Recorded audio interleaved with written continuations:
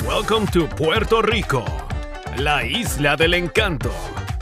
A small, proud island in the middle of the Caribbean Sea, Puerto Rico has been home to countless boxing champions. Miguel Cotto to Wilfred Benitez, Tito Trinidad to Wilfredo Gomez, Ivan Calderón to the latest to join our elite club, Oscar Collazo. Oscar Collazo de Villalba, Puerto Rico, es un campeón. Tonight, from the capital of San Juan, world champion Oscar El Pupilo Collazo returns home to the island of Puerto Rico to add to its long, rich tradition of boxing excellence.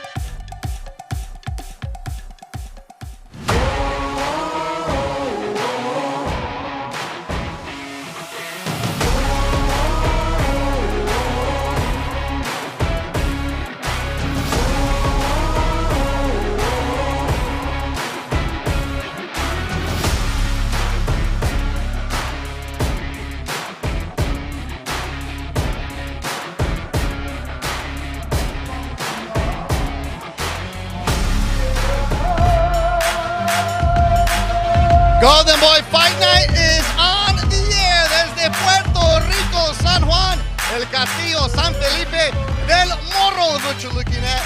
Beautiful afternoon here in San Juan, but tonight it's all about boxing, and it's about new names making a big name for themselves. Our main event will be the newest Boricua sensation, 7-0. Oscar Collazo defends his WBO 105-pound title for the first time against the Philippines' Garen Diagan. The co-main event, 10-rounder. Boricua in the flyweight division, Juan Carlos Camacho Jr. takes on Mexico's Jorge Orozco. First up, though, will be 20-year-old Mexican light heavyweight prospect Yair Gallardo. How about this? 4 fights, all first-round KOs. He takes on Wichita, Kansas, Kevin Johnson.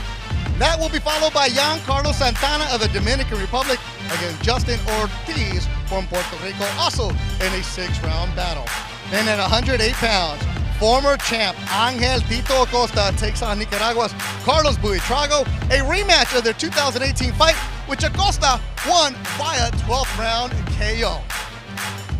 Inside the Coliseo Roberto Clemente, it is a vibe, it is an energy. Thank you for joining us wherever you may be around the world. I'm Beto Duran, alongside the always rugged and still retired Gabriel Rosado. Gabe's doing a great job as a broadcaster, but Gabe, look, you've told me this. Puerto Rican fans, they love him. I've only seen it in the United States. When you come to the island, it's a different vibe here. The love is different. The love is different, definitely. So Puerto Rican boxing is back, man. We're Puerto Rico. We're going to have a great time. And we have a new champ, and we're going to see that tonight. Oscar Collazo.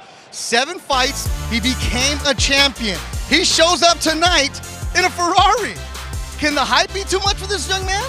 No, he's the champ right now. He's feeling himself. I love it. I love the vibe. I love the confidence. And he's going to defend his belt for the first time at home. His last couple fights have been in California. This kid is making a name for himself in the boxing community, and he is loved here in Puerto Rico.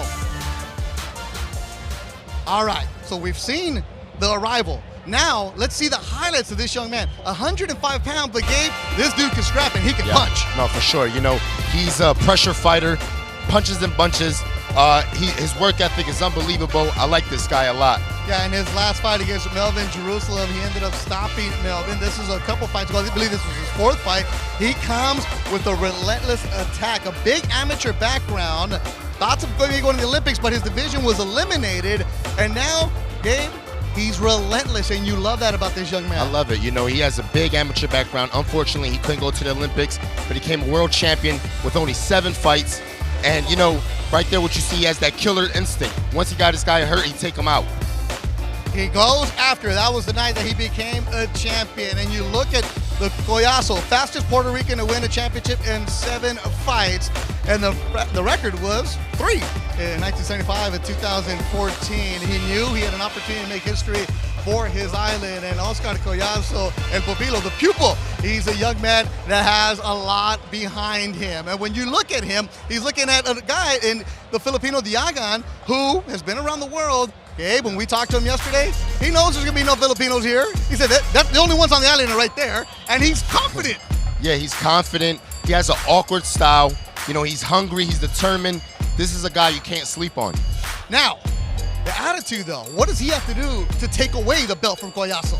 You know, I think he just has to come here, do his thing, fight with confidence. He's coming off 2 wins in a row. He has a new trainer. They have a good chemistry together. I think that's all he has to do is be himself. 105 pounders, you guys are thinking, for real, Beto? Oh yeah, these two come to scrap, and that's what we're gonna get in our main event. 5 fights coming your way here tonight on DAZN from San Juan, Puerto Rico. Let's look at the tail of the tape for our first bout. Yair Gallardo is the taller fighter at 6'2", 5'11" of Kevin Johnson, and he's also 20 years old. That's our first bout in the light heavyweight division. Let's go to our ring announcer to get this going. Atención, damas y caballeros, muy buenas noches sean todos y bienvenidos al Coliseo Roberto Clemente en San Juan, la capital de Puerto Rico. Good evening, ladies and gentlemen, and welcome to el Coliseo Roberto Clemente en San Juan, Puerto Rico. Golden Boy Promotions, in association with Miguel Cotto Promotions and H2 Entertainment, proudly presents Oscar de la Hoya's Golden Fight on DAZN. Damas y caballeros, la primera pelea de la noche está pactada a 6 asaltos. Ladies and gentlemen, this bout is scheduled for 6 rounds. Los jueces son Carlos Colón, Idalia Parra y José Roberto Torres. Those are the judges, Carlos Colón, Idalia Parra, and José Roberto Torres. El árbitro, your referee, Roberto Ramírez. Presentamos en la esquina azul con truza blanca y verde y un peso de 173.4 libras. Introducing first, in the blue corner, wearing white and green, and weighing 173.4 pounds. Con un récord de 3 victorias, 1 derrota y 1 ganada por knockout. He has 3 wins, 1 loss, and 1 KO. De Wichita, from Wichita, Kansas, Kevin Johnson. Y su contrario, esquina roja, con truza negra y un peso de 174.4 libras. And his opponent in the red corner, wearing black trunks and weighing 174.4 pounds. Con un récord perfecto de 4-0 y las 4 ganadas por knockout. He has a perfect record, 4-0, 4 KOs. De Delicias, Chihuahua, México, Yair Manota Gallardo. Put your mouthpiece. All right. Mouthpiece. Okay. You know the rules already. Remember, when I said break is 1 step back with the landing punches. Punches are good over the number. Please obey my commands all the time.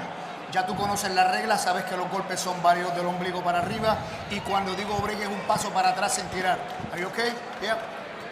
God bless you both. Oh, we get ready to go. Golden Boy Fight Night from San Juan, Puerto Rico. Oh, there it is, the young man Yair Gallardo, Chihuahua, Mexico. 6 rounds. 6 rounds. Calls Puerto Rico home. The young man has been training in Puerto Rico. Kevin Johnson, the southpaw from Wichita, Kansas. And a big dream come true for him to be fighting on a card like this here on DAZN. Thank you for joining us wherever you may be around the world. Primer round. Yair Gallardo, 4-0, all via first round knockout. Been told he has some heavy hands. Finding the opposition's been very limited, but Miguel Cotto really likes him. Been working with him. Johnson, 3-1, 1 stoppage from Wichita, Kansas. And Gabe, you said this is a fight that, you know, you could see maybe an upset coming. Yeah, you know, we're really going to see what Gallardo's made of. Yeah, Gallardo facing very limited opposition. And he's now fighting a grown man, and Kevin Johnson, who's 32, was not intimidated at all. Johnson sounded pretty confident in the fighter meeting. Yep. You know, when he said that his game plan was to box. What's the box? Box. And obviously, Gallardo wants to apply pressure and set a tone. I think I like to see him start setting things up with the jab. Yeah, when you start knocking everybody out in the first round, you fall in love with that Right, shot. that's a big And right lands hand. a big right hand. Yeah, big right hand. Well, he gets hit with one, and Johnson eats another. Oh, big shot from Manotas. Gallardo, and Johnson is just slugging. Johnson got buzzed here early on in the first round. Another hook from Gallardo. Halfway through the first round.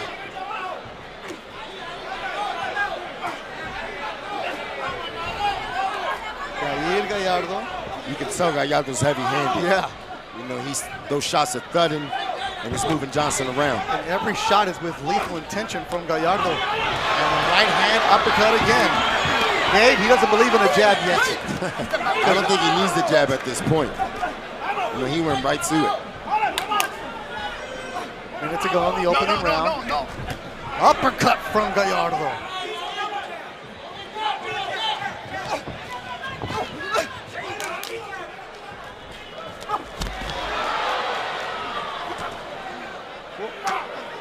Body Big shot. body You can shots. hear him right here ringside from Gallardo. He's only 20 years old. Crazy thing is, he hasn't stopped growing yet. No. Tonight is at 175. His future is that eventually will be at 168. But they're having trouble finding opponents at 168, so they've just been fighting at 175. But you can see, yeah, he loses some weight. And he'll get there. But first, he's got to get through Johnson, who's game. You know, one thing I like about Gallardo is he's switching it up. He's going to the body, he's going to the head. He's just not head hunting. You know, he's setting Johnson up with some really good body shots. 10 seconds. Box.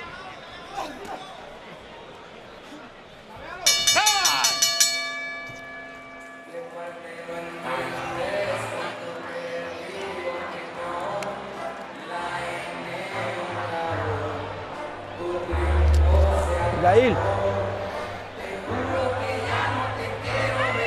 KJ, you don't have to get in a firefight with him. All he's boxing. All he wants to do is he wants a muscle. He wants to do that. He wants a muscle, okay? Don't muscle with him, okay? Boxing. All you gotta do is boxing, man. You ain't gotta do anything else but boxing. Jab, jab, left hand. 1, 2, 1. Rápido. Hey, salte de la cabeza. Rapidito llegaste, pum, pum, abajo. ¿Ok? Vamos. Está bien.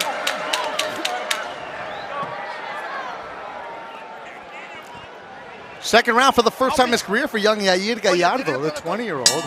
Entry from Chihuahua, Mexico. Cotto and his team, Cotto Promotions, found him. He's trained by Carlos Ortiz. He actually lives down south of the island near Ponce and hasn't been home in a long time, but he said that's the sacrifice you make. You leave home and you want to get some good training. He likes the team from Cotto Promotions and likes Carlos Ortiz. He literally lives right next to the gym. That's all he does. And Kevin Johnson is a man who has a big opportunity for himself. He has a nonprofit called Project 5 back home in Wichita, Kansas. In high school, he was a football player and he got into trouble, went to prison, and he came out and he started Press 5 Foundation Boxing Club. He's got an amateur program. They're all watching back home in Wichita, Kansas. He said, I used to be the example of what not to be, now I'm the example of what to be, and he's getting rocked right now. You know, one thing I like about Gallardo, the way he cuts the ring off. Yep.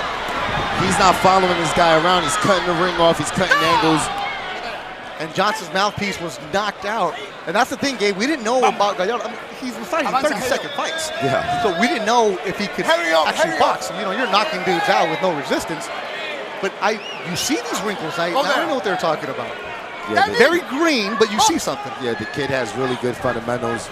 Like I said, I like how he's cutting the ring off. He's throwing body shots, headshots. And a hook from Gallardo. Mixing it up. En las Delicias, Chihuahua, Mexico.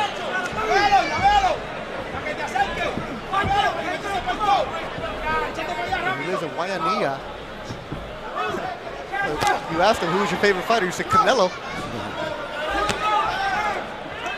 And you know, this kid Gallardo is backing up a grown man who's in shape, who's an athlete. And he's just doing what he wants with him. And he's doing that at 175. He fights at 68, but he went up in weight because Johnson couldn't make 68. And he's just walking him down. Yeah, that's the thing about Gallardo. It's like you want to get resistance. Instagram knockouts are amazing, but you want to get real work. And he's getting some resistance here. Less than a minute to go in the second round for Gallardo.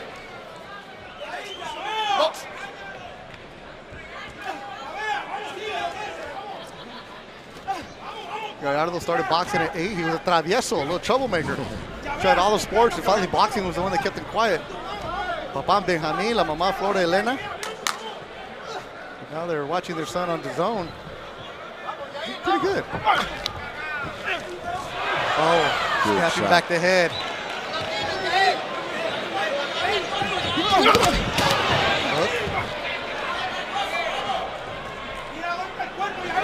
I was expecting the Gallardo was going to come out and just go like a Tasmanian devil, be all crazy. No, he looks like he's had some fights, not just 4 rounds. Yeah, he's technically sound. He's throwing the right shots, smart shots.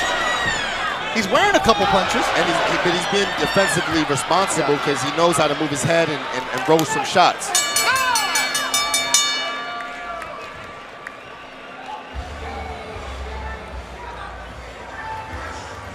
Pasaporte de turismo interno. Nos vamos de road trip.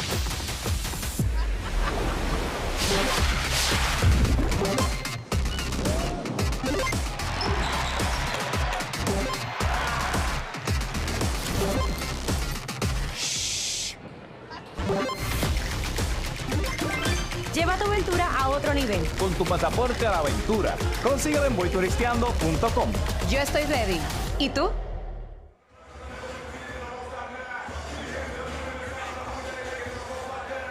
Israel Villa working in the corner of Kevin Johnson. Villa's wife is actually running an amateur program in Wichita, so he was watching that, supporting the team.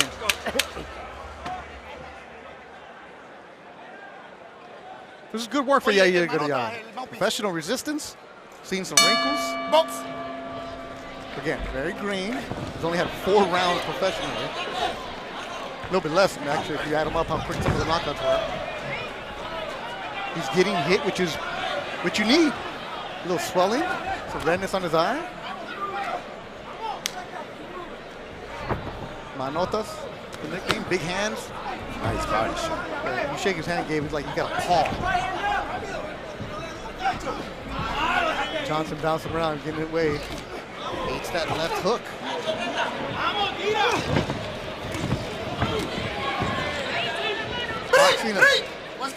Was always in the back pocket for Kevin Johnson. He's a football player, but he always boxed as a kid to stay in shape, conditioning. Here he is now. We mentioned Bernard Hopkins a lot, and Bernard's inspiration for him. 34% of the punches landed by Gallardo in round 2.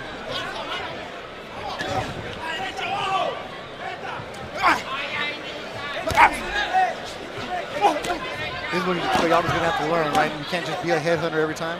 Yeah, I think right now, Johnson's giving him a lot of movement. So Gallardo's just waiting for the opening as he's doing right now. But, he wants to knock out bad, so he's trying a little too hard right now. He should just set right back down to the jab and the fundamentals. There we go. Gallardo started boxing El Diamante Negro con Andrés Calisto. Small town. Something there. Remember, you asked him like, dude, there's not many Mexicans that are 175. He's like, I know, I can make some noise, right? Yeah.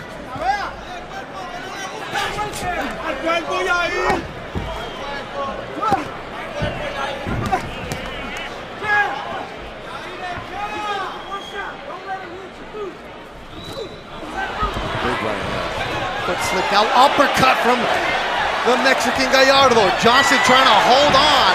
He's getting tagged upstairs. He's just trying to hold it smothered. And Gallardo moves away. Johnson briefly in trouble. A hook from Gallardo. Johnson's gassed. He's game though. That's a big heart from Kevin Johnson. He ain't going anywhere, especially what he's gone through in his life. Nice hook. Oh, Gallardo's nice. Getting the crowd here. Roberto Clemente, Coliseo fired up. Oh, Big right from Gallardo. Referee's looking very closely. Man, Johnson's tough because he's taking some big shots. And Gallardo's cut on the right eyebrow, so Johnson was able to get one in. A little swelling on the right eye for Gallardo. Don't do that, no.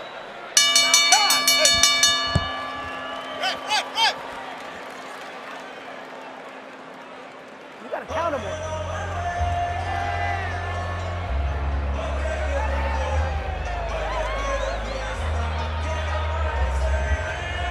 You gotta counter.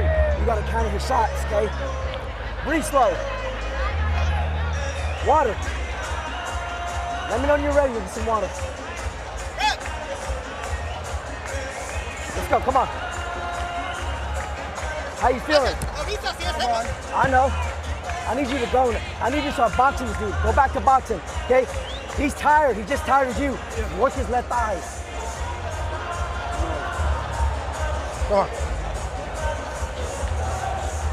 Look at some replays from that third round. Big shots landed by Gallardo, Gabe. Yeah, you know, what I like about Gallardo, he's throwing short shots. Oh. Johnson tries to pin him down, and he's just fighting him, and he's throwing them uppercuts, and he's getting those short shots in. Scheduled for 6 rounds, a Gallardo cut on the right eyebrow. Referee confirmed was from a punch. So for the first time in his career, he's getting tested. Okay, Diagan. Johnson is gassed out. You can see taking a deep breath.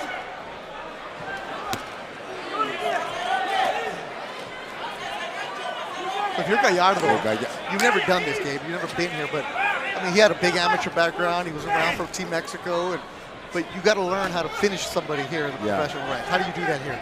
You know, he's doing what he's supposed to do, but you got to give Johnson credit. He's taking some big shots. You know, Johnson's not trying to go down at all. He's not cooperating. Especially what he's gone through in his life, inspiration for young kids. He's a tough man. When did 7 years in prison. Yeah. Something he committed as a teenager. So an opportunity to change things around for himself and be an inspiration. But right now, it's Gallardo controlling his life, especially with the punches landing. But I like how Gallardo's, behaving. This is a great opportunity. He's taking full advantage of it. He's doing great. They told us that this was going to be a good scrap. It wasn't going to be a pushover for Gallardo, and we're getting that.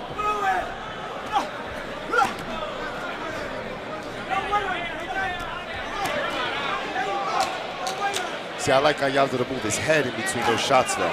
Not, give free shots away.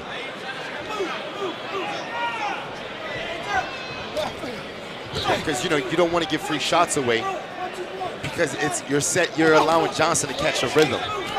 And at the same time, you have a cut. So why do you want the guy to just tap away at that cut? You don't want that cut to get worse. And you heard Johnson's corner as well as Villa telling him, you need a box. You get after it. And the thing is, the shots are coming so slow by Johnson that Gallardo could easily roll that shot and counter with a big hook. Blood flying here ringside. Sweat right on you, Gabe. Love that. You're talking about, hey, do I have one more fight in me? Look at you all. You're like looking at the sweat like, ugh. I know he doesn't have one more in him. As his new agents call me. Doing a good job as a broadcaster, young Gabe Rosado. You're an older fighter, but a young broadcaster. This is a lot easier, man. This side of the ring is a lot easier. You have a lot of directors and producers talking to you. Final seconds of the 4th round. Yair Gallardo working against Kevin Johnson. Good scrap here. San Juan.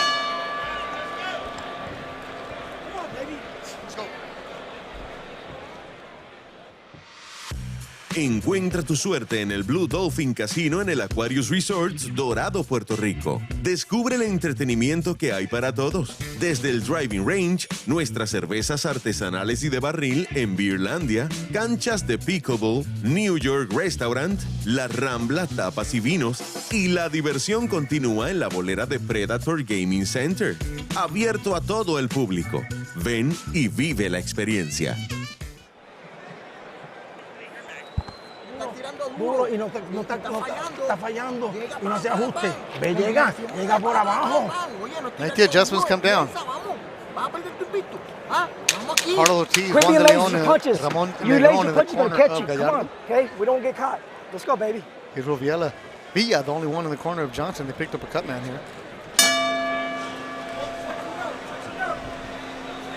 Johnson 3-1, the southpaw in white with green trim. I'm like, why are you wearing green? I don't know, I didn't think about it. I just like green. I'm over here trying to be all like creative and thinking there's a reason behind it. Like, no, sometimes you guys just buy stuff. See, right here, I think what Gallardo has to do now is change the rhythm. You know, jab to the body, give Johnson something else to think about so you can create an opening. Gallardo making the sacrifices, living here in Guayanaba, Puerto Rico. He's here all alone. I'll joke with him, like, how do you find tortillas? Like, I don't. There's no Mexican food for him at all. But he stays locked in. That's what he cares about. The power punches, everything on the side of Gallardo through 4 rounds. But Johnson picking it up. He's there for you. How's Gallardo moving around? He said he wanted to change it up a little bit, but has he taken his foot off the gas game? Yeah, you know, I would like to see him continue to apply the pressure, but change the shots. Jab to the body, shoot up top. You know, set the hook up top with body shots. But he's kind of doing the same thing over and over, and Johnson's picking up the rhythm. This will be the first real fight that Gallardo has been in. Well, the first 10 fights for fighters, what do they say? They give you like that, similar like the baby milk. Then you start stepping it up, and tonight's a big step up. Because you have somebody who's willing to scrap with you. And the thing is, you know, Gallardo is that cut bothering him. Well, the left hook isn't bothering him. He's landing that.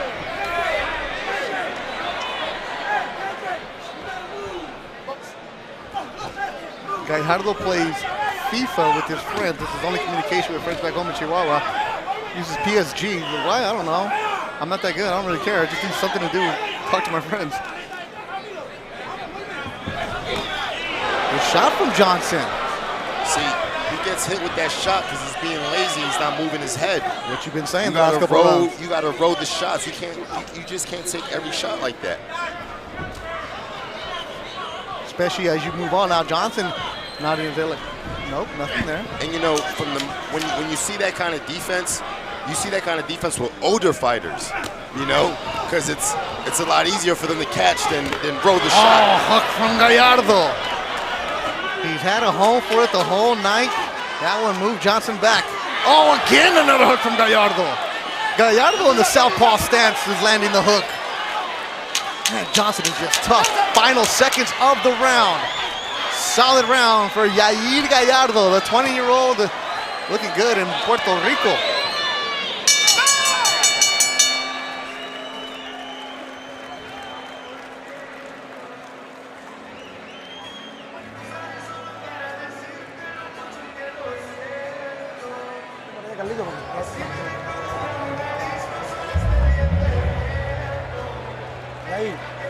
Este es el último round, hay que trabajar, tiene que ganarlo sí o sí.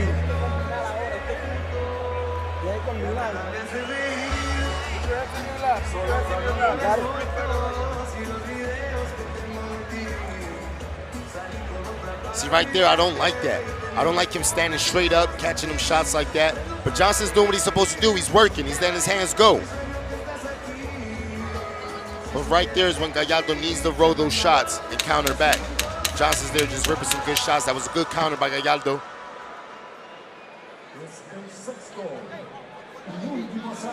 Sixth and final round. And right away, Gallardo knocks it in there. He means business, man. He walked right to Johnson. He wanted to go to work.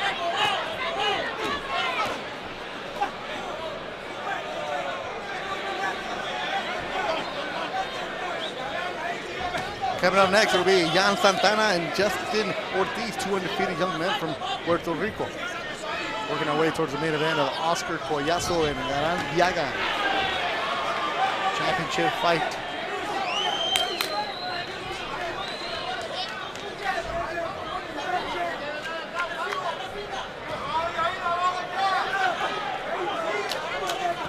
Johnson, that resistance. Not much pop in those punches, so Gallardo is standing there. But Johnson's doing some of those veteran moves too. Tying up, punching. Right hand. Manotas. Big hands. Gallardo.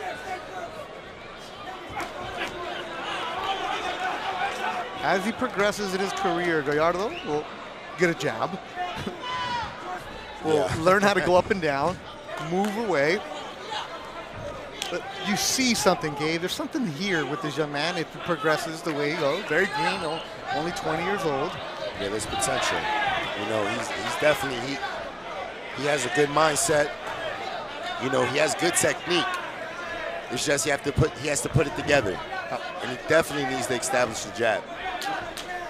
And that's something that Carlos Ortiz, excellent trainer, who go over and over with him. But man, that left hook he loves and he's landing. Less than a minute to go in the fight. And those good combinations too. Left hooks, uppercuts, body shots. Johnson is just a tough, tough dude. Eating shots, eating hooks, does not stop coming. And Gallardo trying to take him out. Johnson holding on. Deep breath from both fighters. Coliseo Roberto Clemente here in San Juan, appreciating the fighters. Fans know what's up, man. This building's been fire for the last couple hours since we've been here. Our first bout here on Golden Boy Fight Night in Puerto Rico definitely delivers a hook from Gallardo, the 20-year-old. Gets some resistance, gets a bit tested, gets cut, but he lands some shots. He looks good. And hats off to Kevin Johnson. That is a tough, tough man. And Kevin Johnson, you made your Press 5 Foundation back in Wichita, Kansas, very, very proud tonight on a bigger stage. That was a good test for Gallardo. Yeah. I mean, he looks really good in certain spots. You know, he just has to work on just simple things. But it was a good test. Kevin Johnson, that's a tough out right there. No, yeah, it was. That's not a, okay, he's only got 5 fights, but you got to be careful if you're bringing a young prospect because he can upset you. Yep. It was a perfect test. Kind of fight Gallardo needed. And he's going to learn a lot from this fight. And it's just adding, it's really not big things he has to do. It's just adding simple things. Knowing when to jab, knowing when to roll shots. And he finally got rounds. He came into the fight with 4 first-round KOs. And there he goes the distance, 6 rounds. And right away he started with that hook, Gabe, and he fell in love with it. He was landing that shot. He was going for that 5th KO. Which is what he'd been doing, so. That's what I was like, glad to see how he countered when they went to the 2nd and 3rd round. What was going to happen? Yeah. And also when you get cut.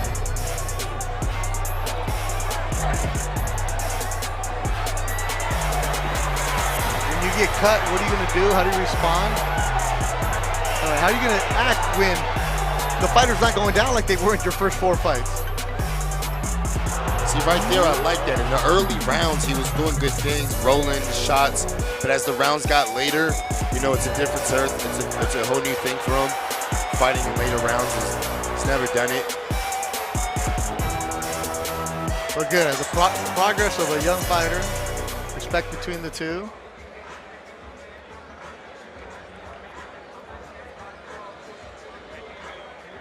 All right, let's hear the decision inside the ring.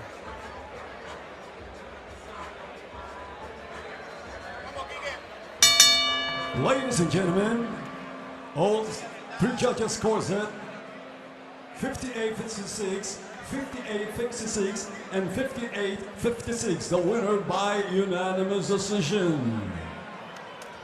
From Delicias, Chihuahua, Mexico, Yair Manota Gallardo. Good card, 58-56. So Johnson got a couple rounds, but Gallardo gets the sombrero put back on. And I want to know how the heck he found a mariachi in Puerto Rico that came out strong with him. Let's look at the final punch stats. And it was Yair Gallardo landing over 100 punch stats.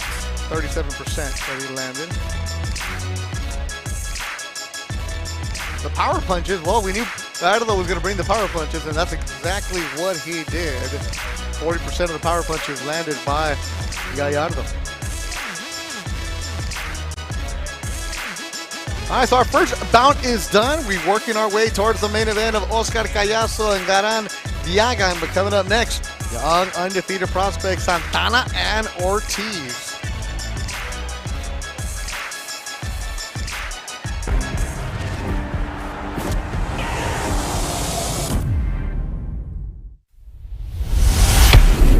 For December, Arizona, we go to work. Jesse Rodriguez against Sonny Edwards is just a fantastic fight. You now have one piece of the 112-pound crown. What do you want to do next? Sonny Edwards, that's the only option. I want to see an undisputed champion in the flyweight division. Sign the contract. Bam Rodriguez is probably the biggest puncher in the division. That's the reason he signed with Matchroom and with DAZN. I think this is genuinely as elite can get. The big unification to come against Jesse Rodriguez. He's going to have to be switched on for every single second of every single round. Bam Rodriguez, where are you? Bam Rodriguez putting on the performance of a lifetime. Oh, lovely long left hook. All in. Sink or swim. This one of the best fights of the year, pound for pound.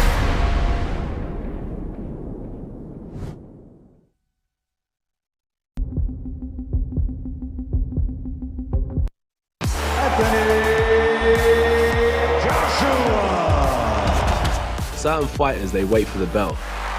That's not a true warrior. Wow. A true warrior will wait until the referee rips you apart. With the hard jab. I've been in many defining moments in my career. Dylan White fight, which was a straight-out war.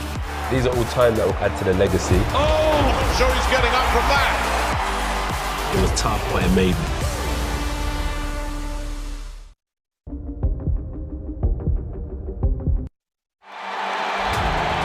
To be written in the women's game tonight. What a big one this could turn out to be. Shot taken. Wow, what a strike.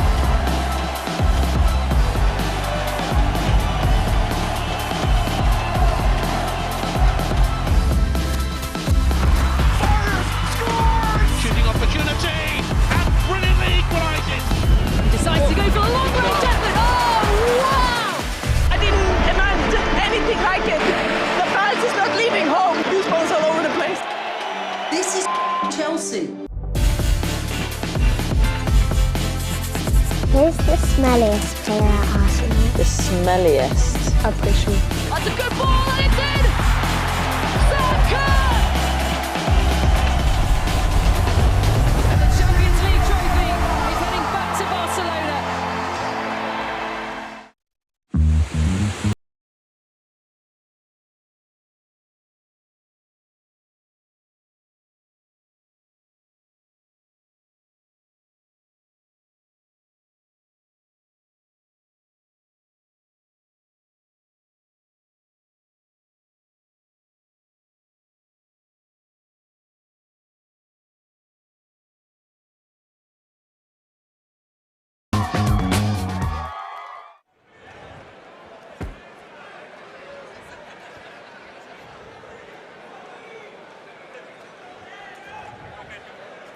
Busy couple of months coming up in the boxing world. Let's take a look at what DAZN has to offer in the next few weeks. And now entering the arena, Fierro! Big left hook to the body from Fierro. Cepeda is always looking for the big shot.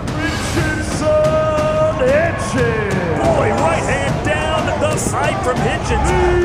Whoa! He's produced a flawless performance. Put that smile on that face and keep knocking him out. Pacheco!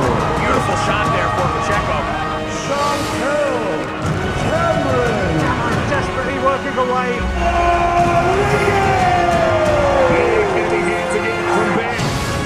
And still, the undisputed champion of the world.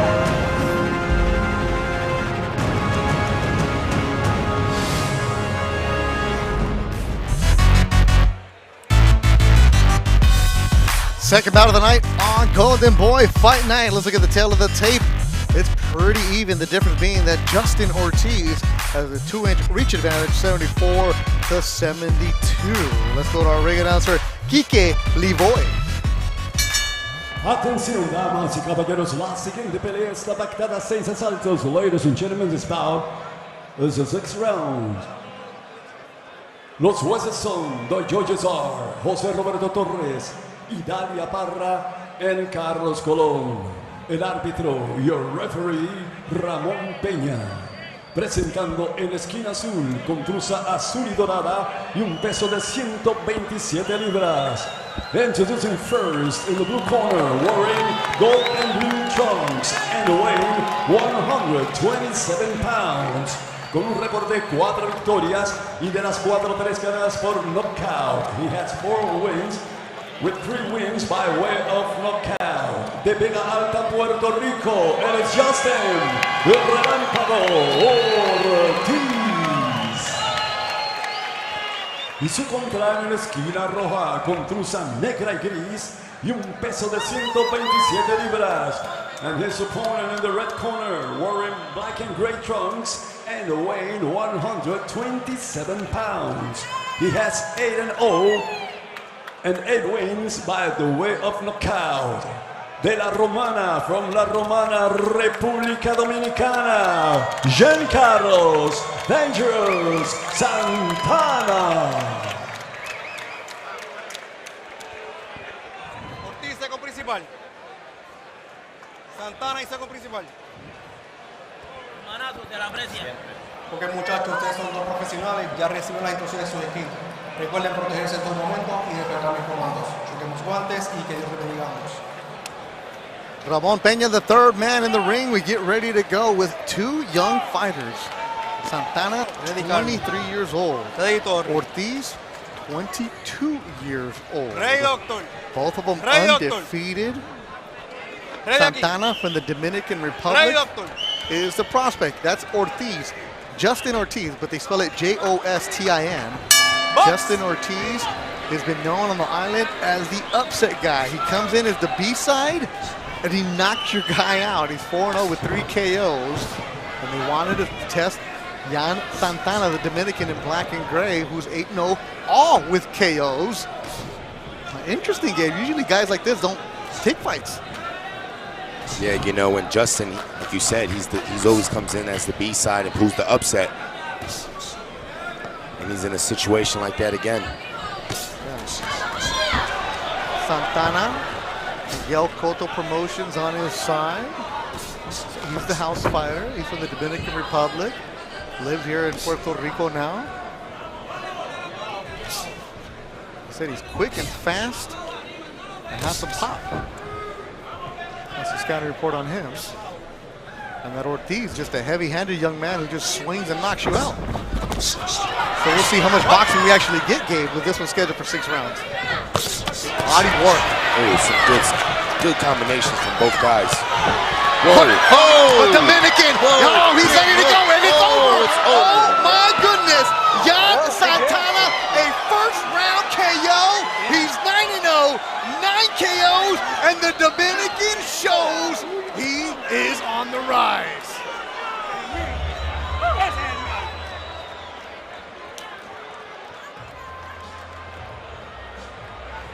Okay, that happened right in front of us. Man, that was explosive, man. And Santana is still locked in. He's not jumping up and down crazy. He's got the look on his face like, yeah, they're barely taking his mouthpiece out. Woo! Man, that was speed and power. That was nasty. And Ortiz never went down. He never went down, but he was out. He was out. He was out. He was out on his feet.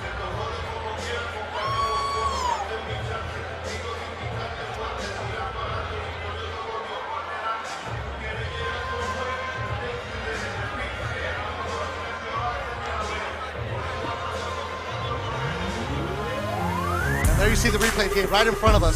Oh, his head knocked back. Oh my goodness. Ramon Peña stopping the young man from more damage. 111 in the first round is official. You know, the ref gave him a chance because right there he already looks out of it. Yeah. But his hands were down. He was getting hit with big shots. Ref had no choice but to stop the fight. Oh, that head. If there's no rope there, he goes down. The rope is pretty much holding him up. So the ref, you know, he's out on his feet. Yeah. And that extra put. Excellent stoppage, protecting the young man. And Giancarlo Santana, well, he's a Dominican young man. And they told me there's a lot of hype behind him, and I see it. But man, he did not play with his food game. He came and knocked him out right away. And there you see the hug in the corner. Still no emotion from him, Gabe. And let's he still want to fight, man. Yeah. It happened too quick.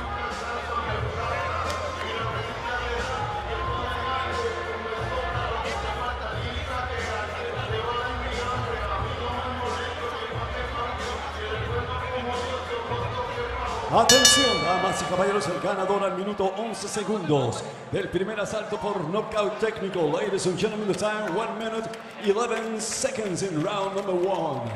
The winner by TKO from La Romana, República Dominicana, Giancarlo Santana. Jan Dangerous Santana, never had a chance to say his nickname. Started boxing when he was 10 years old because it was right next to the basketball gym. He played basketball. They went in there with his friends just to mess around. Coach said, hey, you're a natural. Like, I said, no, I didn't want to box. Okay, that coach saw something back when he was 10 years old. Yeah, he got into it. 2 fights done. Yair Gallardo with the distance. Jan Santana, 111 in the first round. Tito Acosta, Buitrago, 2 coming up next. And then the main event, Collazo, Diagan.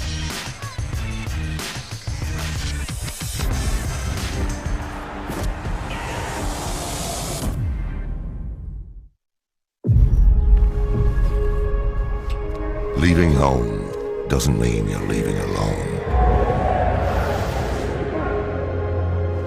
Leaving home doesn't mean you become a stranger.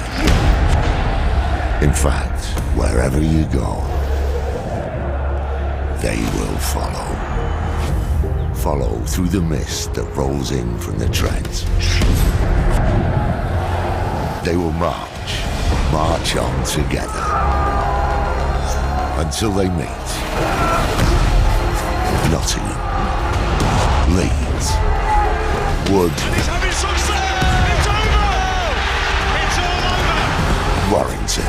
Glory returns to Leeds and to Josh Warrington! Face to face, in the battleground, in the middle ground. There's no turning back.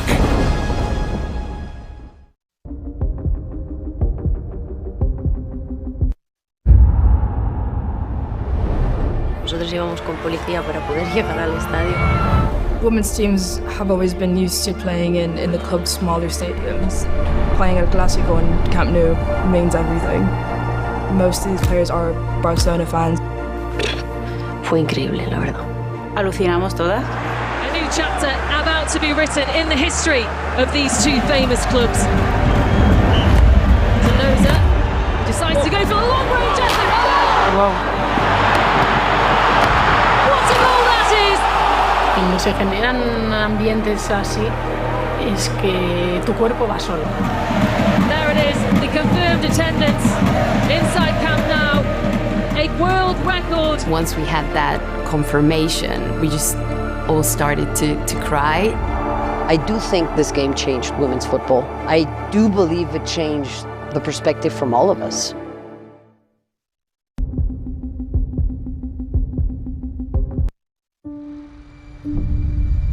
Tough times can even make you or break you. It was tough, but it made me. This was the moment that Anthony Joshua became a major star. I was just shouting at him like, come on, let's fight, where you running? Joshua's going for the finish. And this is the passion of Dylan White. I thought there was going to be riots in the crowd, I really did. In the space of 6 years, he'd gone from being a raw novice to going in with one of the greatest heavyweights of all time. Klitschko down for the second time and all over the place.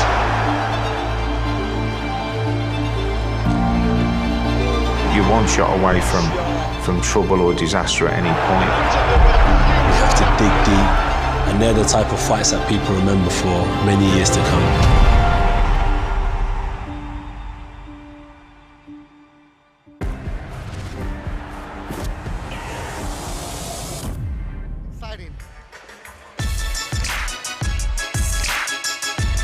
Mexican Independence Day, September 16th, we'll see the ring return of lightweight El Camarón William Cepeda against the Filipino Mercito Gesta. El Camarón looks to continue his undefeated run against the upset-minded Mercito. Let's take a more in-depth look.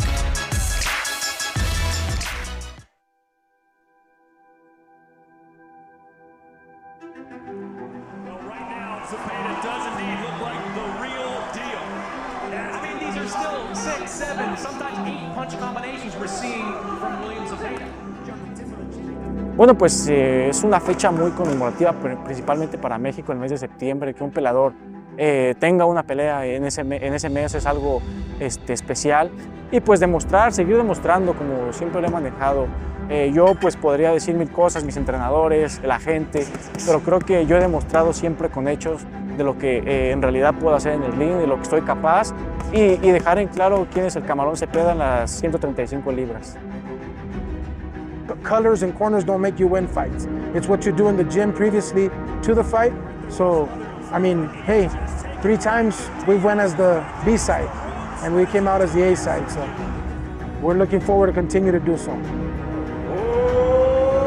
William El Camarón Cepeda.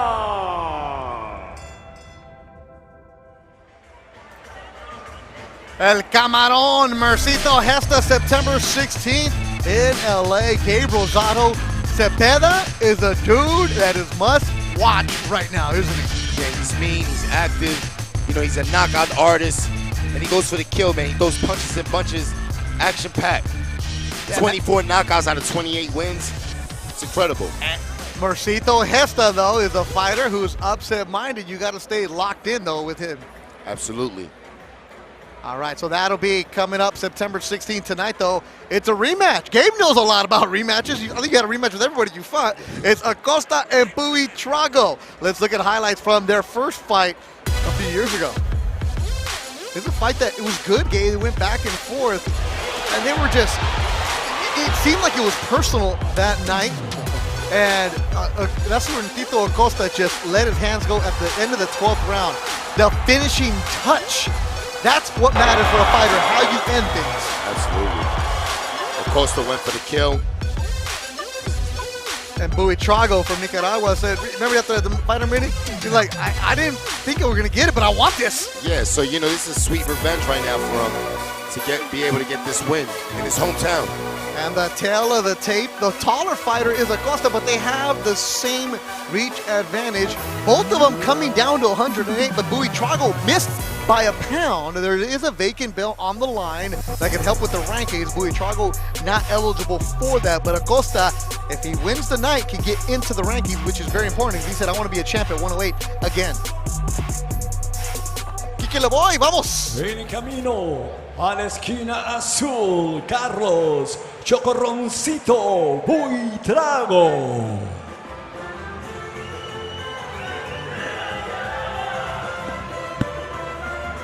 Carlos Buitrago, a veteran of 47 fights, is at Nicaragua.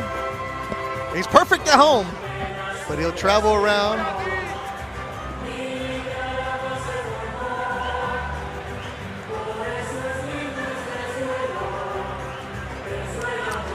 I think Nicaragua, you think Alexis Arguello,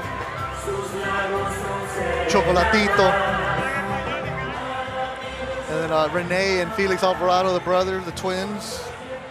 So much history. Y en camino a la esquina roja, Ángel Tito Acosta.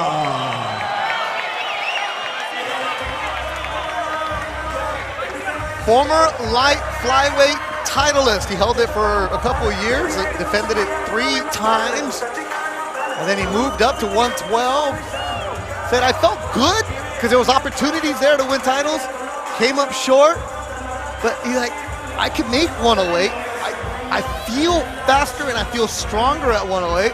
And he came in a pound under. So, like, what are you doing, guy? You're getting older. You're supposed to go up in weight, not go down. Exactly. The older you get, you don't want to make that weight cut. It really sucks.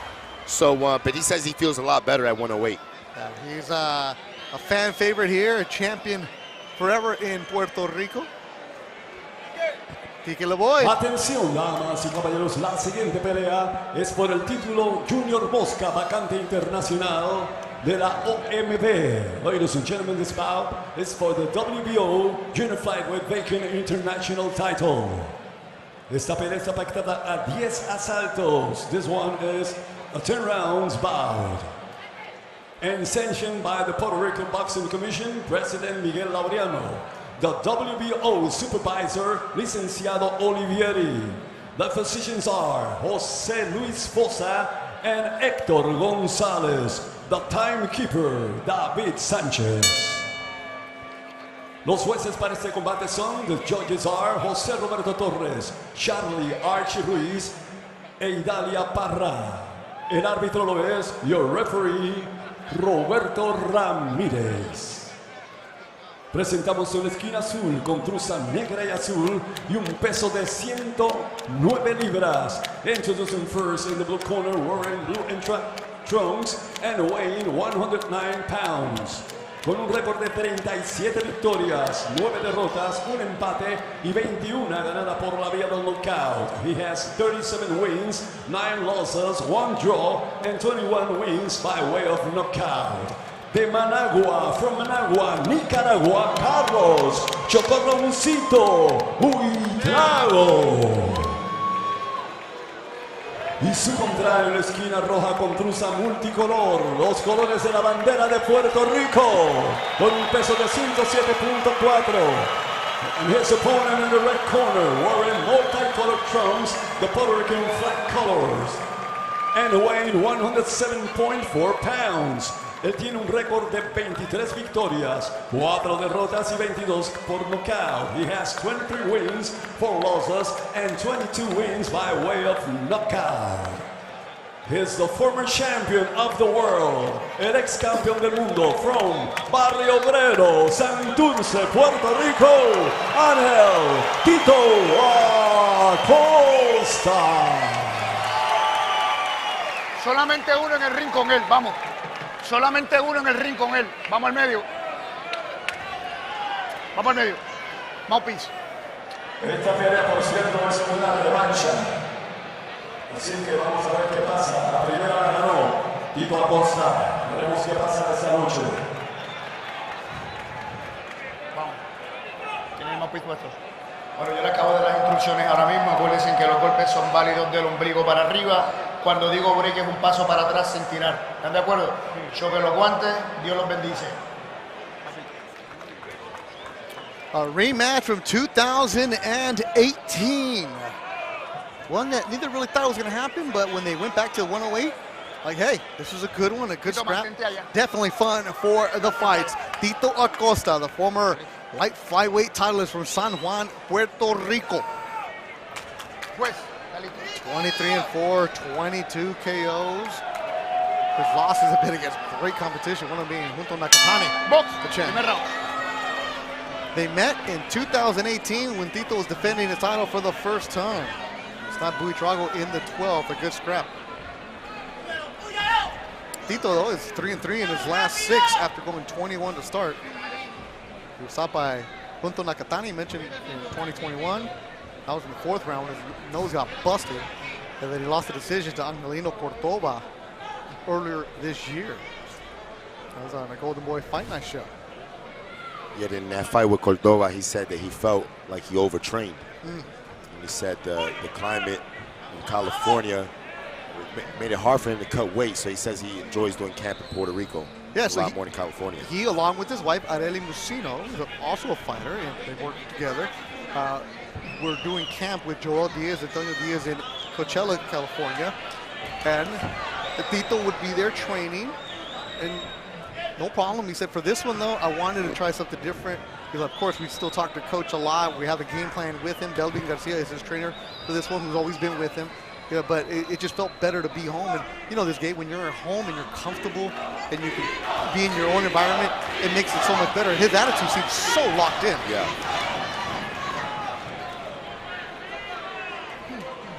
You know, we're not seeing too much right now. These guys are just filling each other out. They're both experienced. Oh, they were. That was good. That was a quick hook by Costa.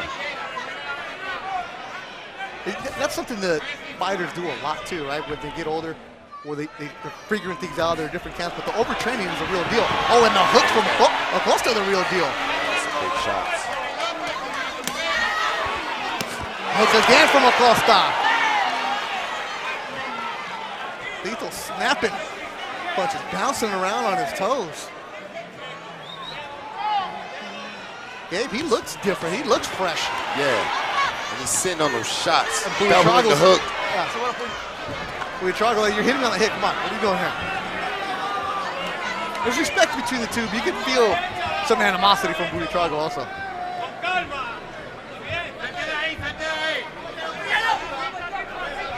You know, Acosta hydrated well, because at the fighter meeting, I couldn't believe how he can make that weight. He looks so drained. Yes. But he hydrated well and he's looking good right now. He's sitting down on his punches and Buitrago's eating them here in the first round. No, break.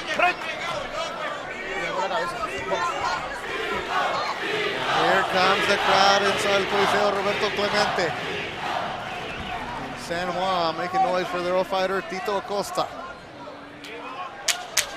Final seconds of the first round. It's scheduled for 10.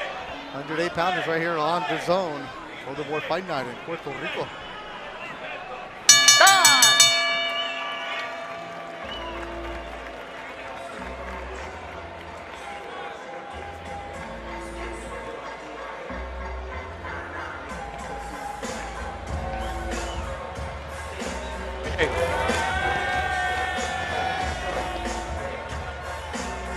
Lo que sentiste de... ¿Está bien?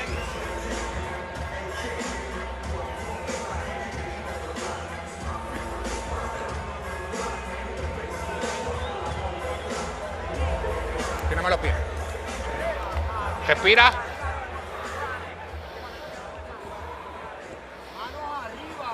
Mano arriba, sube, y la izquierda también sube, la movimiento. Está bien, esto fue un rancito. Vamos. Ahora me la hago.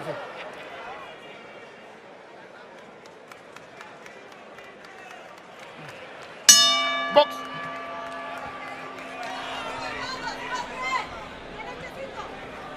Second round of action, Golden Boy Fight Night. Beto Duran alongside Gabe Rosado with you from San Juan, Puerto Rico, working our way towards the main event. The 105-pounder Oscar Collazo defending his belt for the first time against Garen, Diagan, the Filipino. Right now it's 108 pounders. Stop. Box. Buitrago tonight at 108. Was at 112, 115. Even had a couple of fights at 126. Got a 130 in there. What's going on? He said he had at least about 25 pounds to make this weight. He was at 135 when he got the call. A month ago. You know, so. You know this story very well, Gabe. Fighters fight for their family, but he said, I had to find ways to feed my family. So the fights were coming up at 126. The money's good. Like, very honest with us about it.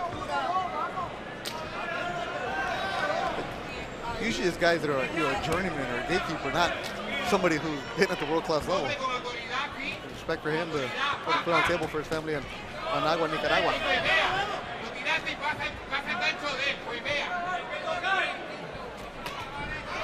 Buitrago hesitant? Yeah, he's taking his time. You know, Costa, he's not doing much right now, but he's sharp. He's on point. And he's landed that counter hook, that counter left hook a few times. Costa has a nice way of he jabs to the body and hooks up top. And he lands a right shot on the jaw of Buitrago.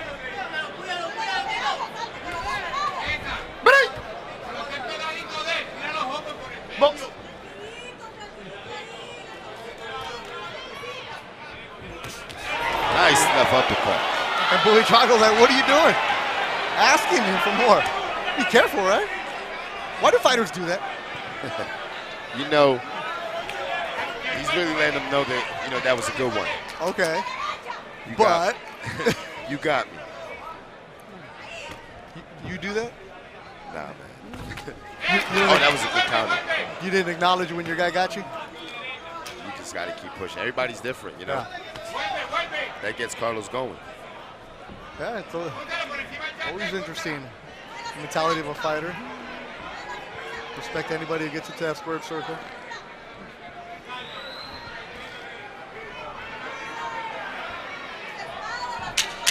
Final seconds of the second. Tito, looking good here. Back home for the first time in a while.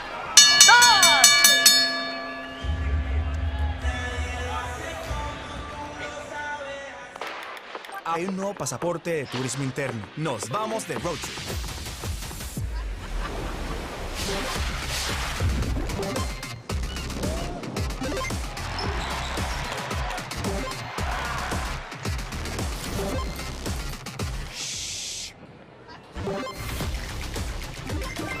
Lleva tu aventura a otro nivel. Con tu pasaporte a la aventura. Consíguelo en voyturisteando.com. Yo estoy ready. ¿Y tú? Trabajar. Queremos trabajar. Y tengo que ser honesto contigo. Vamos a trabajar con él. Vamos a trabajar con él. Trabaja el cuerpo. Jorge Nieves, the corner of Buitrago, say work the body.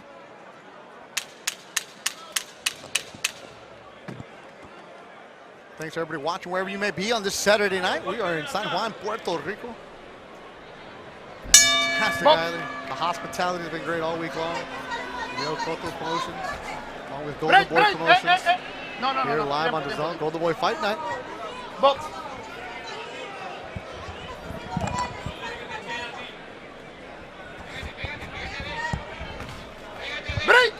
This is the first time that Tito's back on the island since 2021, fighting since 2021. Fighting mostly in California.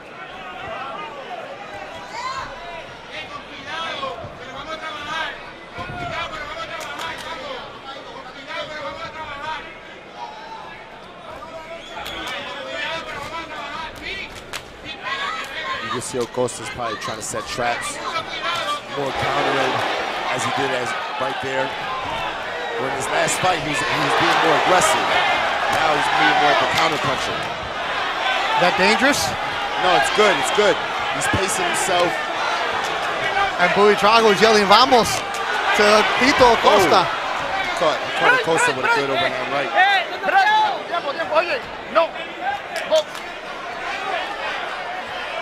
In Acosta's last fight against Angelino Cordova, he was tentative and he lost. Very close fight. This wasn't his style there. This probably fits him better. Willing to trade, land his hooks, put Buitrago back, and moving Buitrago around. Buitrago trying to slip punches. Acosta won't let him off the ropes. Pushes him back against the rope. That's Tito Acosta, the former champ in San Juan.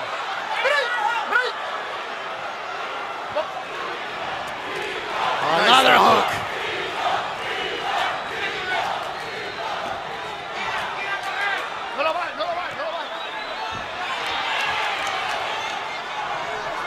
A minute to go in the third round.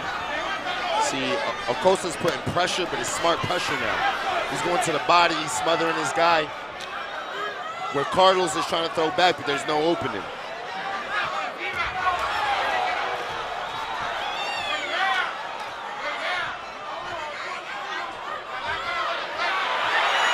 Working. Buitrago's looking at the referee for help. Nothing there, and Tito keeps on punching.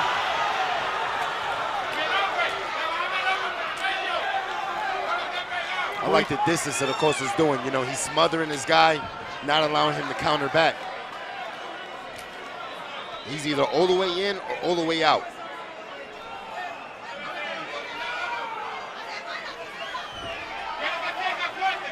Good round for Tito Acosta.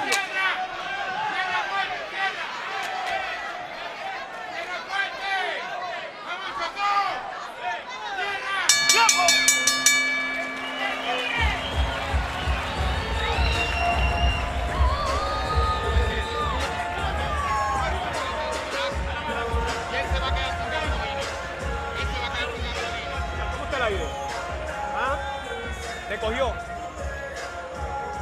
Te cogió aquí atrás. ¿Verdad que sí? ¿Tú sabes por qué? Porque nosotros tenemos un plan de pelea todo el tiempo, todo un campamento, para que tú vengas a botarlo aquí, entrándote a golpe con este bruto. Esto no es la pelea, brother. Esta pelea es inteligente, Tito. ¿Está bien? No te me dejes llevar por las emociones de nadie, que aquí estamos tú y yo, y él allá contigo, ¿está bien? ¿Me escuchaste? Más inteligente, ¿ok? El trabajo es al cuerpo. Acosta was doing some good counter shots. Applying the pressure at the right time and then using his distance at the right time. Right there, he's smothering his guy, just letting him go. But it's interesting, in the corner, Acosta's team said, do not get into a war. Do not get into a war. Fight smart, stay boxing. Don't let the crowd get to you. Like that? You know, in his last fight, I think he did let the crowd get to him, and it worked against him. So I do like that advice. And Buitrago with some redness underneath his right eye. Acosta started off his career here on the island. Then in 2014, went up to Atlantic City. Glenn Tapia, a guy you know well, was the main event in Atlantic City, and Tito was there. That's when he opened up some eyes in Atlantic City in June of 2014. So then from there, he's just been on a roll. To go back to what Acosta's trainer was saying when he said don't get caught up with the crowd going to war, I think what he's saying is you don't want to give Carlos the only opportunity he has, which is a war.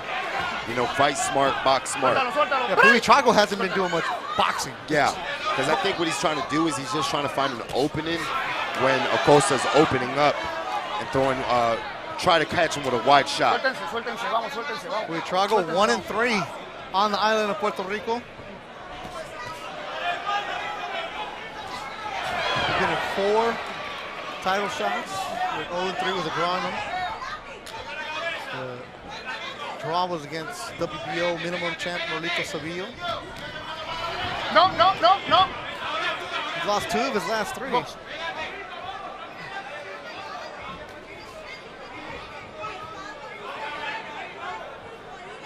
He had some battles with Nick Williams Arroyo, Puerto Rican. That was in 2019.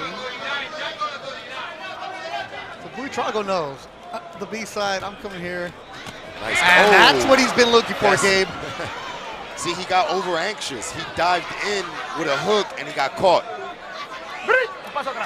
And that's what his trainer doesn't want to see. But you know, Acosta, he's going for the kill. He's going for the kill. Like, he heard his trainer, but he has it in his mind that he wants to go for the knockout. He's sitting on his shots. It's scheduled for 10. We're in the 4th. There, those shots, because they're 108, they don't land with the effectiveness to say, no, the bigger weights, but they take a toll.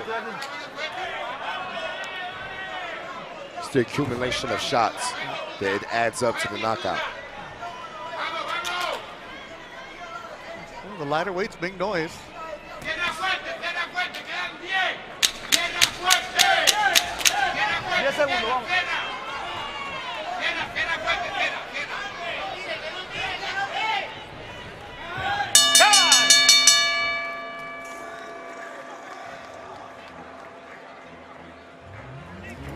Golden Boy Fight Night, that's our main event. Oscar el Pupilo Collazo defends his belt for the first time. And he gets to do it in his native Puerto Rico. He's locked in now.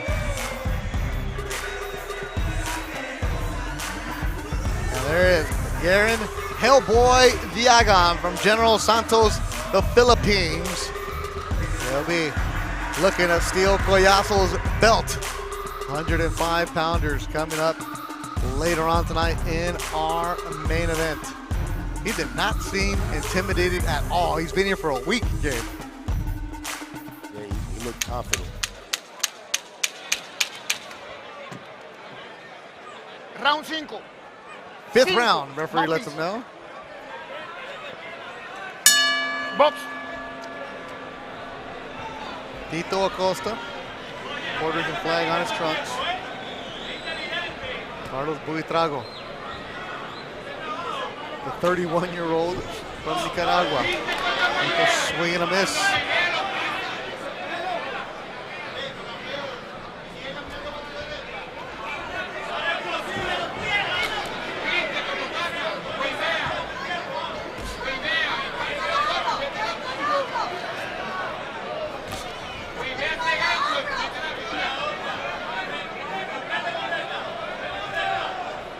Time you walk punch is thrown, it's the advantage of Tito Acosta.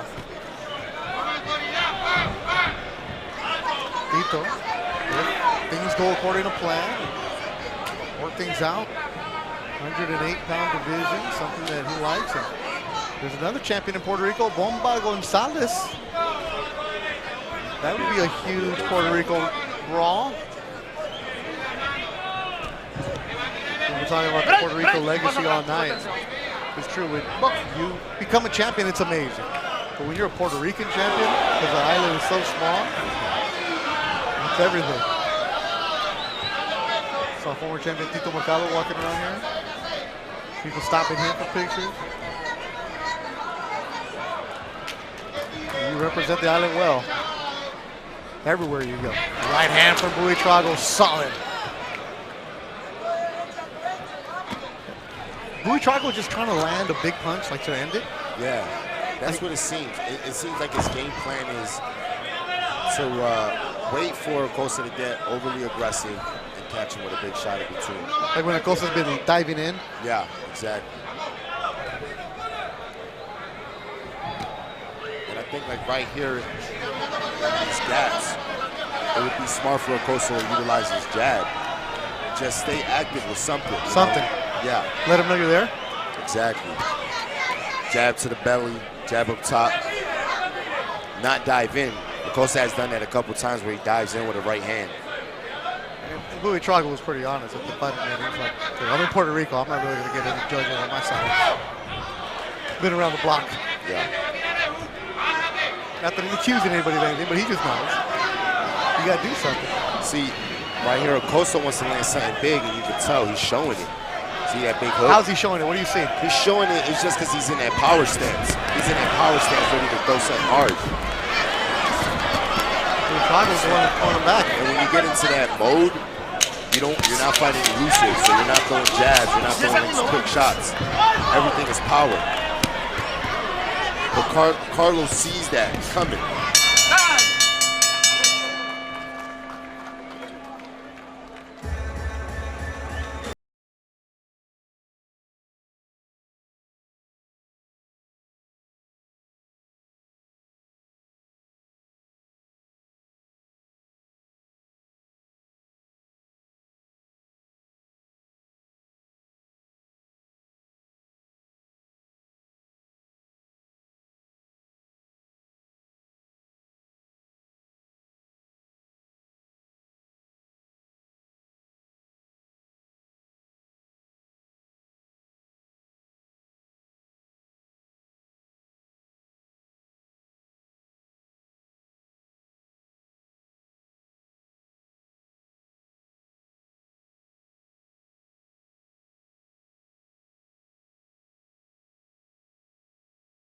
This year, Arely's sister is actually the woman for Tito, so it's a family affair. She's from Monterrey, Mexico.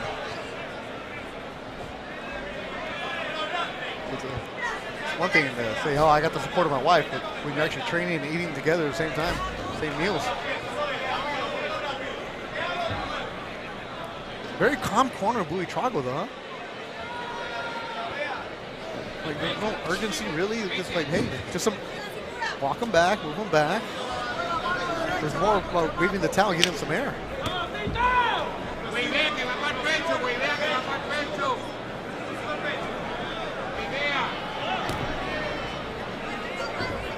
Coming up next, Juan Carlos Camacho Jr. against Jorge Orozco, who's trained by Chepo Reynoso. Buitrago, through round 5, started to close the gap on the punches thrown, especially on the power punches. The crowd's starting to get a little restless, like, all right, Tito, we're going to be on your side, but come on, we need something here. Because the thing is, Carlos is not going to allow Tito to start landing those big shots again. You know, he caught the rhythm, he caught the pace. And right here, Acosta needs to start just jabbing. Quick shots, just quick shots. Set up the big shot, kind of lure Carlos to sleep with, you know, distracting shots before you start throwing the big ones. It's decoy shots. You know, you throw a hook, soft hook, test your guy out. Something. Yeah.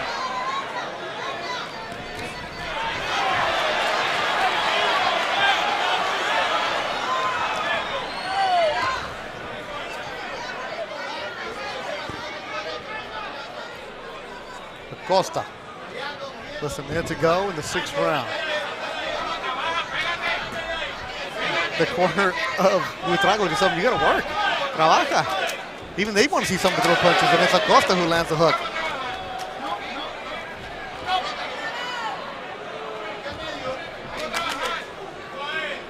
The corner of Buitrago right next to us, and they keep yelling, work, a trabajar, a trabajar.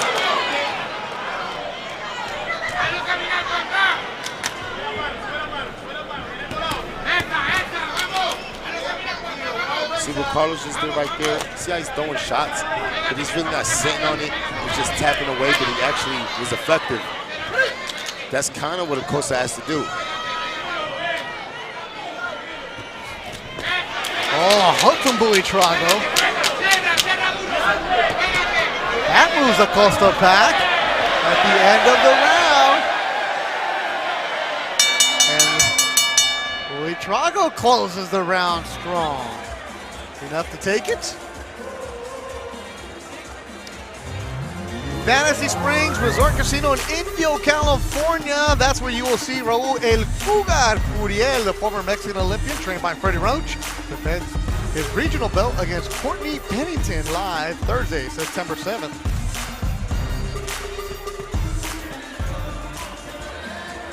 Los cuatro lo quiero. Quiero los 4 rounds. Vamos a trabajar los 4 rounds para ganarlo.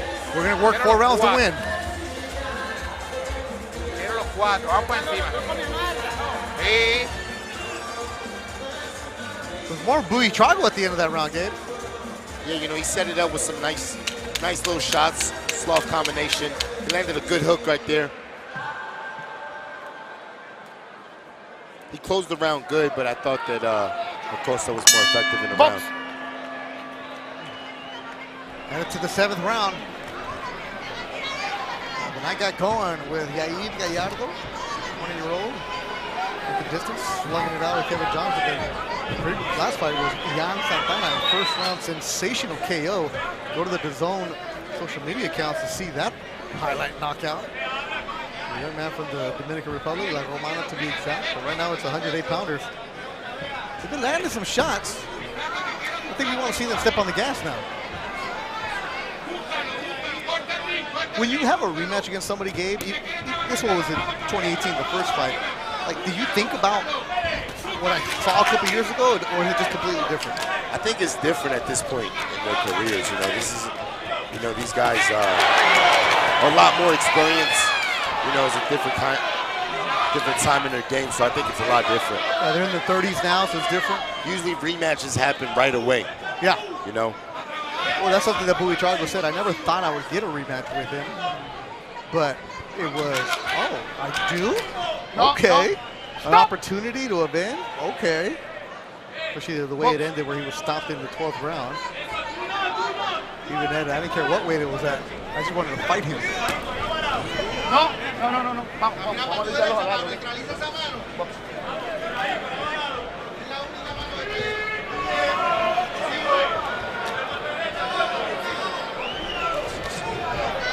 Coliseo Roberto Clemente, home of the Cangrejeros basketball team in the Puerto Rican League, which is actually owned by Bad Bunny. Oye, no. ¿Está bien?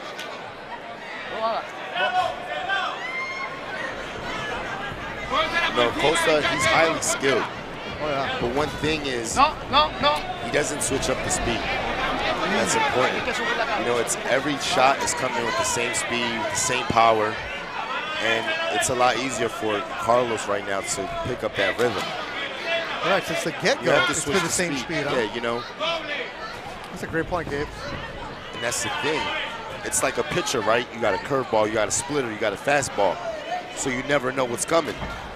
But at this point, Carlos, he knows the rhythm, he knows the pace.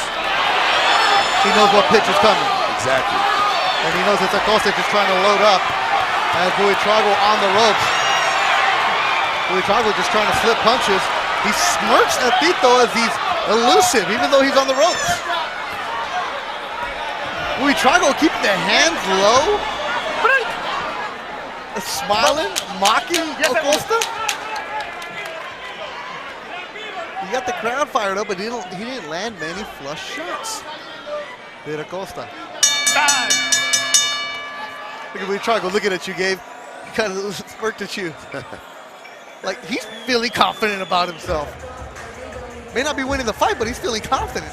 Yeah, Acosta's winning the fight, but I just like to see him switch it up a little bit, switch the speed up. Trabaja. You need to work. 3 rounds. Trabajando. Desde que empiece el round, trabaja, búscalo. No lo dejes que no te vayas para atrás. No, búscalo tú a él, búscalo. You go first. Hazlo caminar para atrás, búscalo. Make him go back. Y tu trabajo va ahí, la quijada va ahí. ¿Está bien? Perfecto. Tienes que echarlo a él para atrás. No él atrás para ti, ¿está bien? Agua. ¿Cómo te sientes, mi amor? Perfecto. 8th round of action, Coliseo Roberto Clemente. 8. Built in 1973. Mentioned the basketball with Bad Bunny and the Cangrejeros.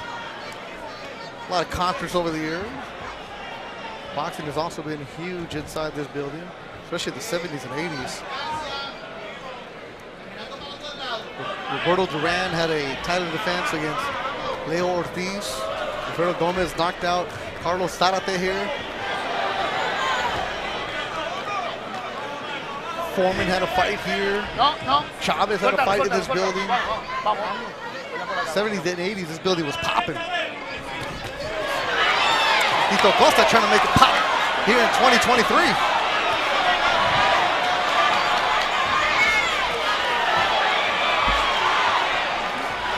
I see what you're talking about, Gabe. Sitting down, he's just throwing that heater. Yeah, and Carlos knows what's coming, so he's rolling. You know, I like the activity. I like what Acosta's doing and the intention. But Carlos is a veteran, so he knows exactly what to do in the situation. And you know, he's not coming to outwork Acosta. He's coming to land that shot.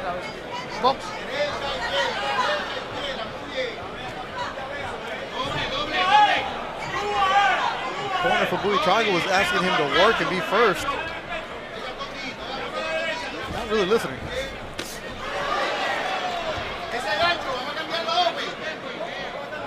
When I say land that shot is, he wants to see, you know, he's waiting for an opportunity Acosta to make a mistake and make him pay. So his game plan is just, you know, catching him between shots. He's not trying to beat him by work or anything else. Just catch him in between. Approaching a minute to go in the 8th round, scheduled for 10. 108 pounders. Break!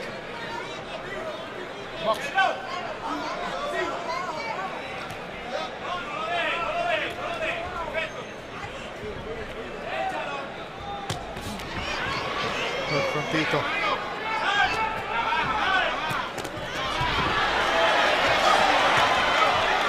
Buitrago is just tough, man. He's just so game. Suéltalo, suéltalo, suéltalo. Break! Oye, no lo hagas. Vamos.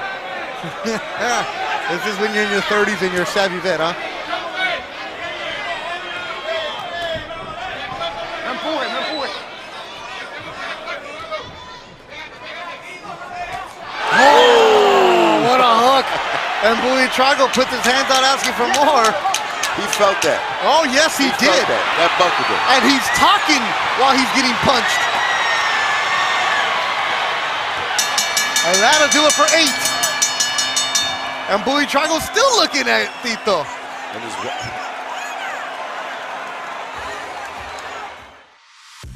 Encuentra tu suerte en el Blue Dolphin Casino en el Aquarius Resorts Dorado, Puerto Rico. Descubre el entretenimiento que hay para todos. Desde el Driving Range, nuestras cervezas artesanales y de barril en Beerlandia, canchas de pickleball, New York Restaurant, la Rambla Tapas y Vinos y la diversión continúa en la bolera de Predator Gaming Center. Abierto a todo el público. Ven y vive la experiencia.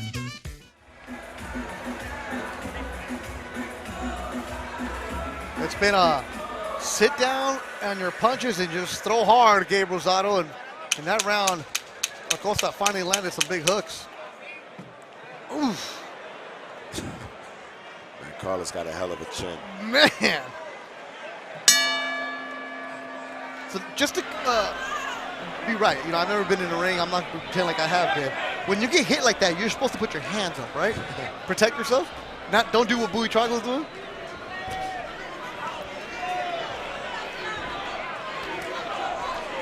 Ninth round.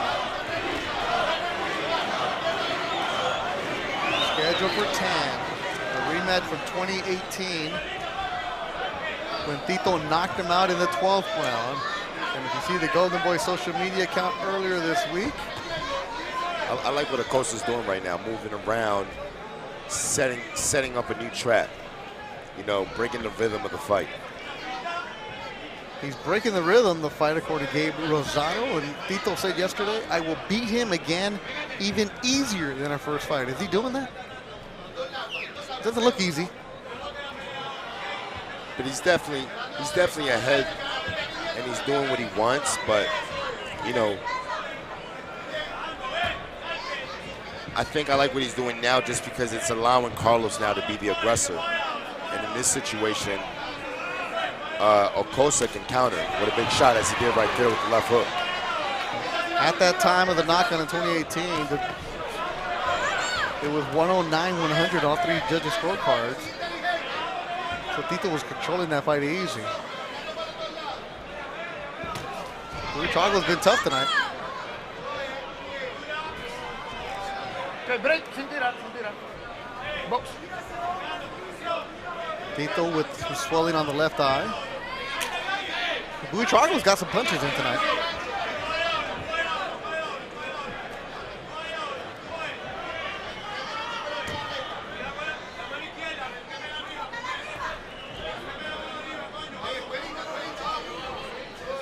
Less than a minute to go in the round. Tito taking this round off? Oh, no, maybe not. Okay. I like what he's doing. He's setting traps. Is that what he's... Yeah, this is why you're the professional trained eye. What he just did right there was he just did a slip counter. He's boxing, he's moving around. Carlos got aggressive, he made him pay. See, right there he gets caught because he's just staying stationary. I like when he's on his toes, I like when he's moving around. Use your angles. See, catching the shots, roll, get away. Buitrago on the road. Right there he was able to utilize the left hook and he tripled up on it.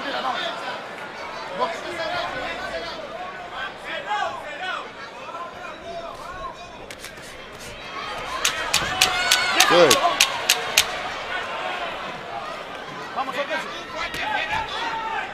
Man, Buitrago was tough. You expect that from Nicaragua fighters? Referee jumps in and separates them. Nicaragua fighters are really good guys. You know, you got Aguayo, Chocolatito. And whoever's running Great Chocolatito's Twitter account, that guy's pretty good too. He's been going back and forth with people.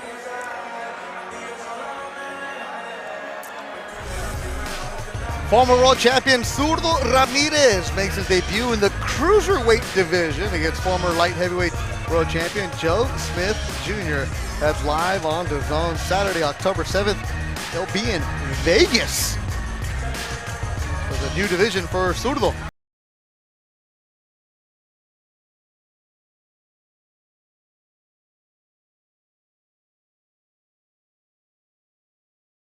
October 7th.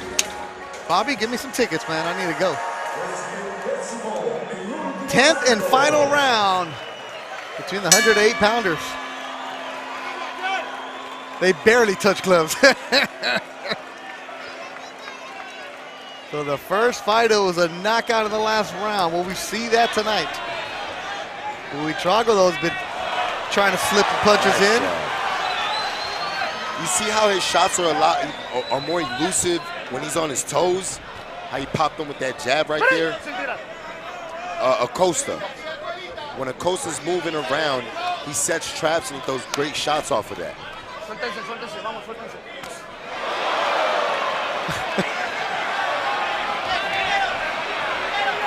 Well, you can't say that Buitrago's not a showman.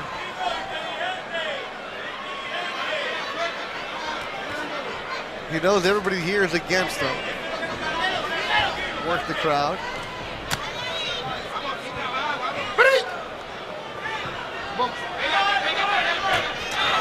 Good counter. That's what you're talking about, those setup. Yeah, I like that. It's setup shots. Well, when he was being the aggressor, Carlos wasn't giving him what he wanted.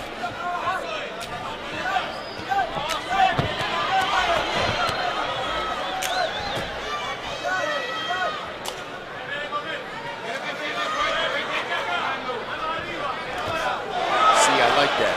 Backed up, hits him with that upper hook. Catching the shots.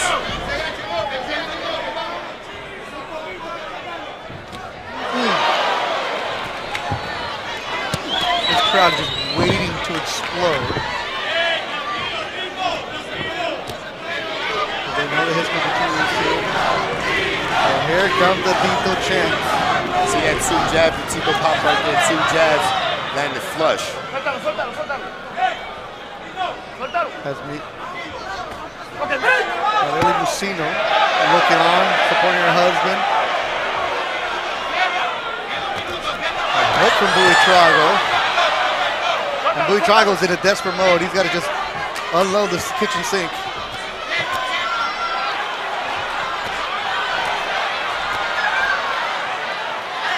Oh, he just winked at you. Tito's like right above us and he's winking at you. Look at it, he's right. Tito's looking good, man. I like how he's closing the show, doing good body shots. That's a zone right there where you have a dude in the corner, you're hitting him, and he's looking at you with a wink and a smile. He did seem very confident yesterday. He said he had no problem. He said a chance to fight for another belt at 108 is why he came back down to the division. The fight is winding down. Acosta, Buitrago go the distance. Good performance by Acosta. Nice way to bounce back. Yep. I thought there was some animosity. They touched gloves, but it wasn't. There ain't no hug between these two guys. Wait up, Bobby.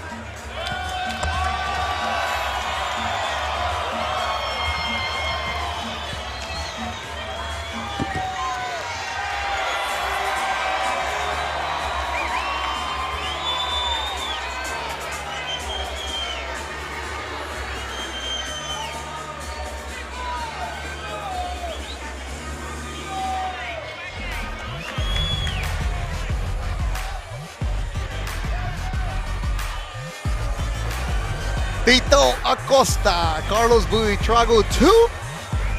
We knew we were going to get some excitement from it. It was a really good night for Tito Acosta. Controlled the fight from the get-go, landing the heavier punches. Buitrago just tough as nails. The fighter from Managua, Nicaragua.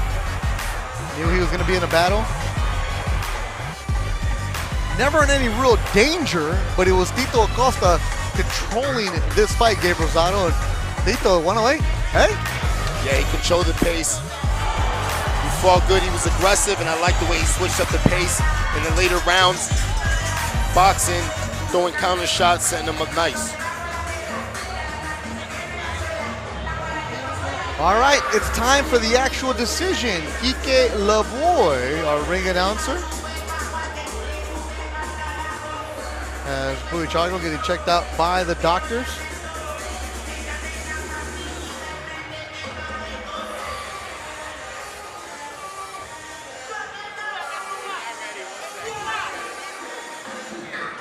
Yeah, it's in Puerto Rico. Everybody's in the ring afterwards, so we're trying to find the ring announcer, see where he's at.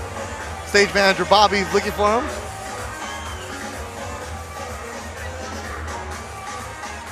There we go, Kike. Atención, damas y caballeros, aquí el resultado de este combate. Vamos para las tarjetas. Ladies and gentlemen, let's go to the scorecards. Judge Jose Roberto Torres and Italia Parra scores it 99-91. Charlie Ruiz scores it 98-92 for the winner by unanimous decision. From Del Barrio Obrero, Santos, Puerto Rico, Anel Tito Acosta.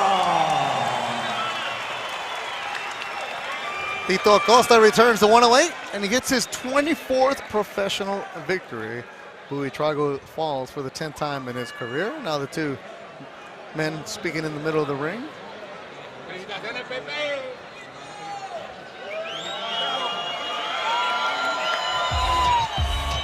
The final punch stats was a lot of Tito Acosta. We saw him land a lot of punches, Gabriel Rosado. Yeah, he was busy, he was active. He was going for the knockout, you know, but Carlos wasn't giving him the opportunity. The power punches landed on the side of Tito Acosta. He landed the much bigger shots, a lot of them being that left hook. All right, 3 fights done. Still working our way towards the main event of Oscar Collazo and Diagan coming up next. So Juan Carlos Camacho Jr., Jorge Orozco for the fight night in Puerto Rico.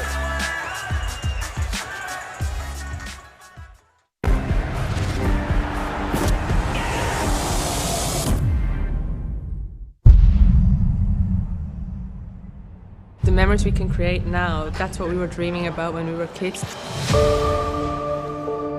I'm very aware of how lucky I am. For the majority of my career, I've been playing and no one's even watched. If you give girls the opportunity to play, they will show up.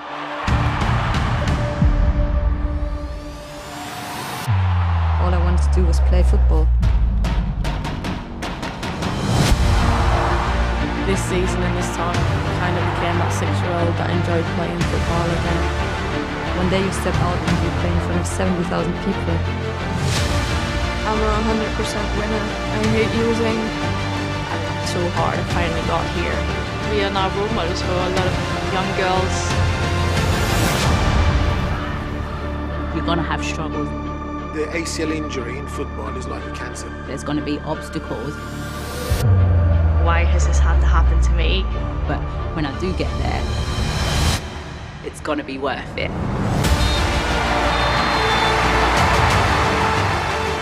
It's growing, growing, growing. If that doesn't turn into more girls playing, then what are we doing here? We'll have a responsibility to grow the game. We have to pave the way for the next generation to show them that it's possible to play in big stadiums. Okay, there's something happening here and I need to get involved.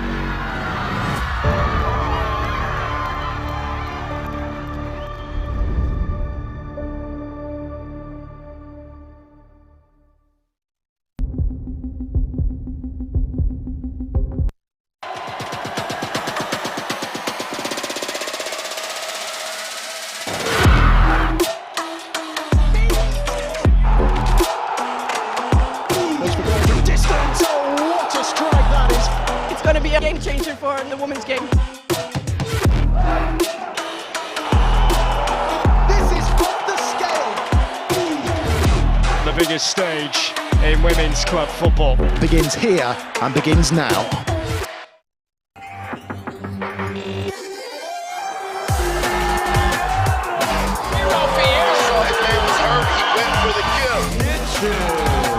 He is a prodigious talent. He can be so dangerous. Down goes Bowser! Pacheco continues to live up to the hype. Clinical finishing ability. Rodriguez, where are you? Rodriguez putting on the performance of a lifetime! Clinical punching. Going through the gears here, Sonny Edwards. Unification fights to come. This was a beatdown. He likes to get stuck in, he likes to be busy. It's over!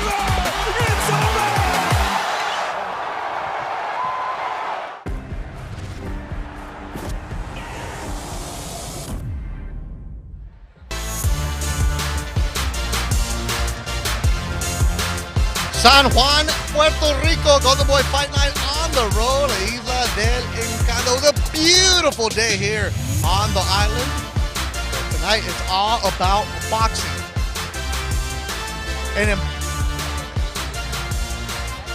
And in Puerto Rico, it's all about boxing. And one thing that they love are their fighters and their champions. Back here ringside, Beto Duran, alongside the Boricua, who lived in Philly. Now he calls San Juan home, Gabe Rosado. And Gabe, one thing about it though, you told me that your biggest regret in your career is that you never fought in Puerto Rico. That's the only thing. I fought everywhere, man, except Puerto Rico. I wish I had a fight in Puerto Rico.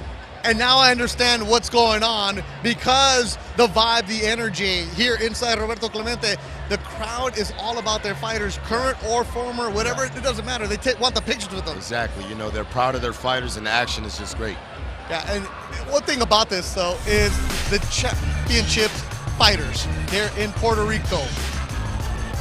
5 current world title holders: Jonathan Gonzalez, Subriel Matias, Oscar Collazo, Emmanuel Rodriguez, Amanda Serrano.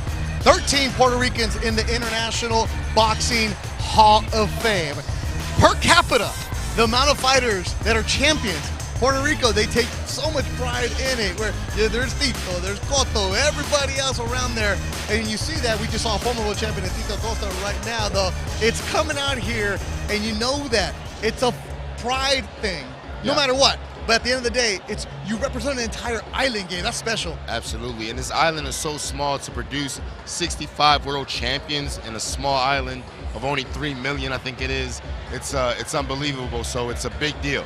Yeah, whether you're in San Juan or Ponce or Caguas or Carolina, it doesn't matter because they're going to represent for you. There is Tito Trinidad.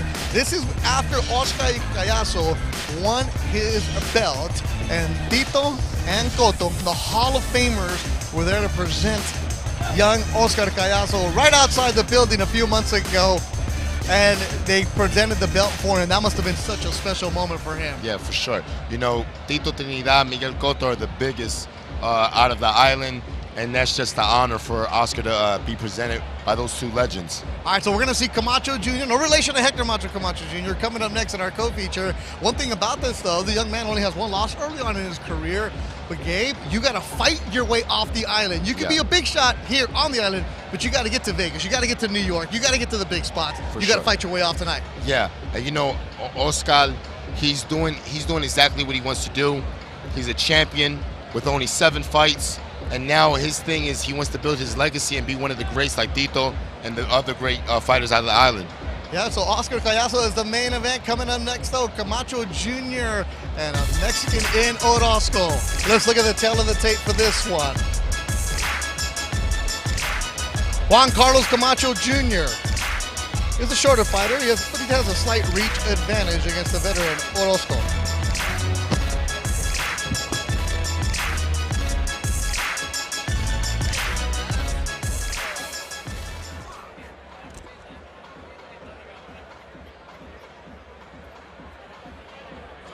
Y en camino a la esquina azul, Jorge El Huesos Orozco.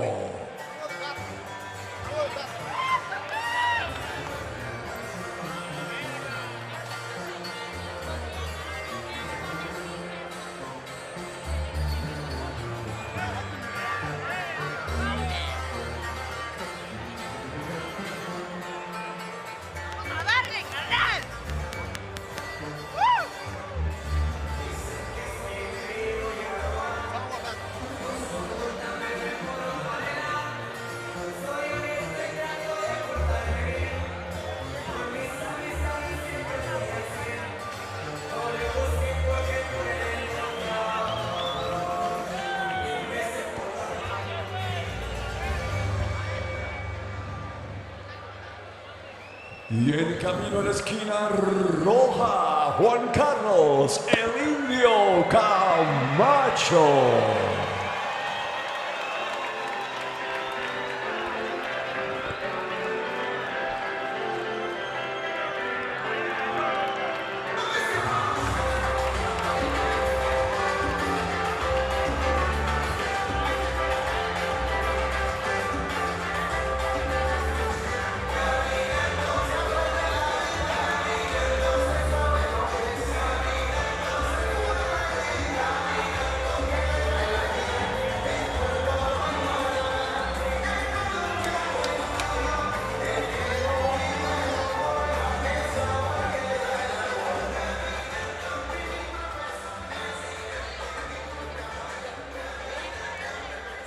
Atención, damas y caballeros, este es el evento semiestelar de la noche pactado a 10 asaltos por el título NAB regional del Consejo Mundial de Boxeo en el peso super mosca. Ladies and gentlemen, this is a co-main event of the evening schedule for 10 rounds and the WBC NAB regional title in the Superflight division.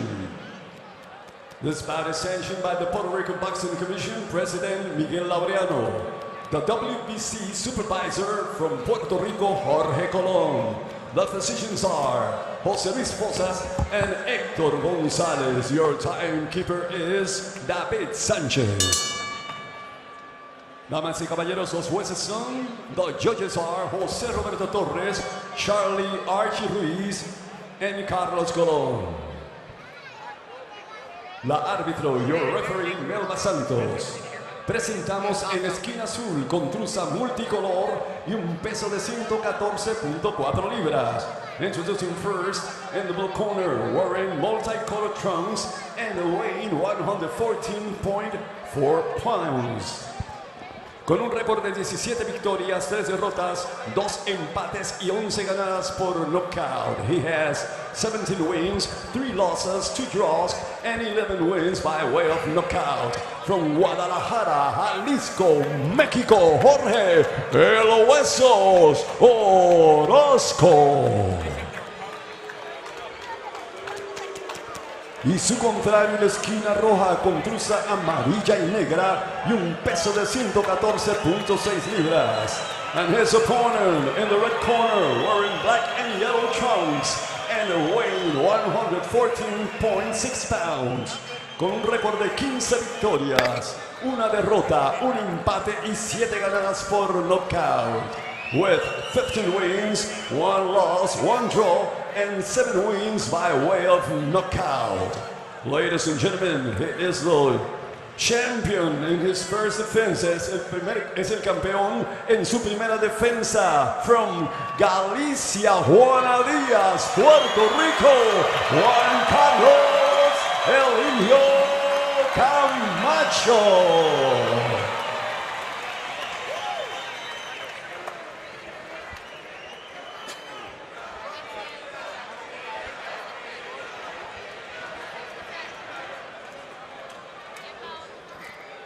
Muchachos, ya ustedes saben la regla, you know the rules. Obedezcan todos los comandos que dé. Obey my command all the time. Choque guante. Dios los bendiga. Time for our co-feature tonight, Juan Carlos Camacho Jr., Jorge Orozco from Mexico. Camacho Jr. with a record of 15-1. His last fight was a 10-rounder against Carlos Buitrago, who we just saw lose to Tito Acosta. That was 147 days ago. He's won 4 in a row since he had a no contest in 2019. And here we go, our co-feature Golden Boy Fight Night. Beto Duran, Gabe Rosano. This was scheduled for 10 in San Juan, Puerto Rico. Camacho Jr. had everybody at the weigh-in yesterday. He has a big fan base here. Orozco, nicknamed Bones, Wessels they call him, trained by Chepo Reynoso, the only trainer he's ever had. They met when Wessels was 10 years old in Guadalajara. And I was in the back talking with Chepo, and he's like, yeah, it's about the time that I had a young fighter make his pro debut at 15. Canelo. So Wessels has been in the same gym watching Canelo for years. We trained with the Reynoso fighters and Canelo's brothers. And body shot now for Camacho Jr. He looks thick, huh? Yeah, Camacho's style is he likes to be, you know, elusive, slick, pop shots. That's good speed. Knocks a shot, then moves around. Orozco's a clubber. He's got 22 fights, and he's rugged. You would like him at the Blue Horizon in Philly or the 2300, you know? That kind of style. Yeah, and he looks in great shape.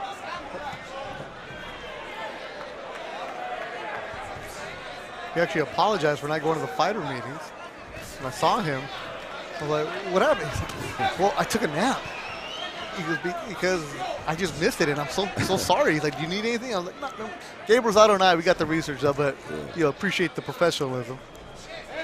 The time difference. As a fighter, I understand. Yep. I understand. I used to hate the fighter meetings myself. But then as a broadcaster, you understand why they're so important. Exactly. Yeah, he said the time difference he threw him off. The body That's shot. That shot. got him. Ooh. Oh, I don't know if he's going to get up. He's rolling around. He does. But he is looking at Chepo like, ow, ow, ow. He popped up too, Gabe. The way he went down, I didn't think he would. 35 seconds to go in the round. Camacho with the body shot. He goes back in it, digging again. Oh, another one, and it's over. Oh, my. Juan Carlos Camacho Jr., a first-round KO of Jorge Orozco in Puerto Rico. Devastating level to the body. Orozco still down. The liver shots got him. 2:31 of the first round. Man, that was explosive.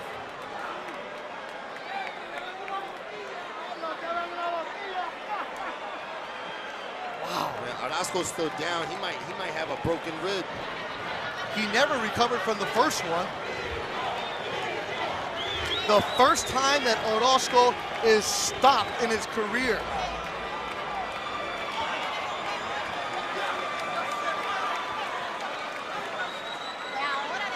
The third time that Juan Carlos Camacho Jr.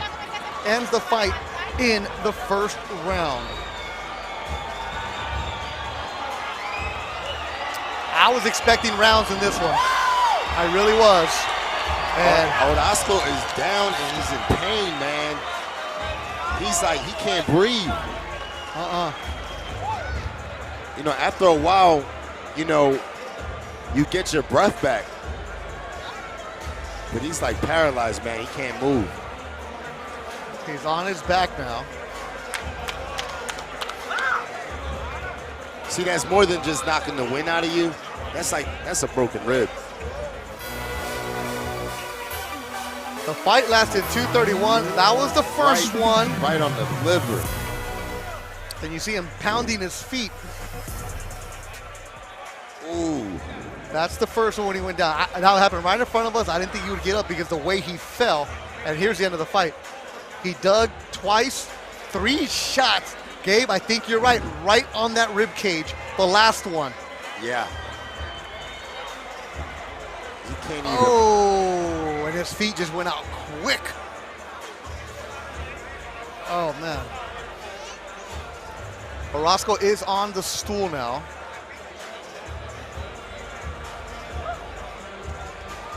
And they're looking right at the ribs.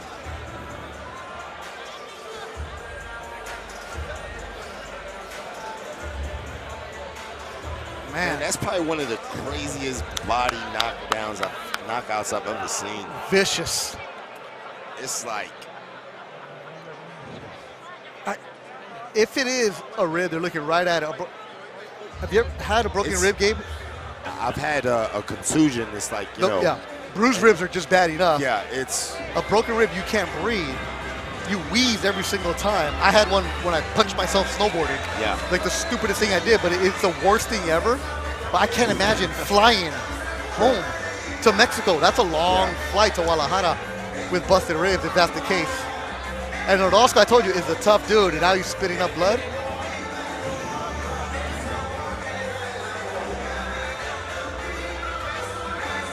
Ironic, his nickname is Bones.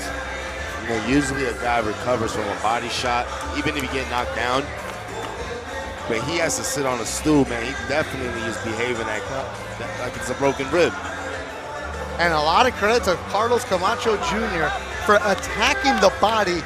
3 vicious shots to end it. Yeah, he is in a lot of pain. They're taking off his glove. That's Chepo Reynoso, the only trainer he's ever had. And this Puerto Rico crowd is ready to make some noise once they yell Camacho's name. He is wincing. That is immense pain. para el Huesos. And he goes right to it. That might be a couple. But that just shows the punching power that Camacho possesses. Yeah. That, you know. Well, we said it, Gabe. You got to punch your way off the island if you want to go to Vegas or Texas or Atlantic City, New York. He just did that. Exactly.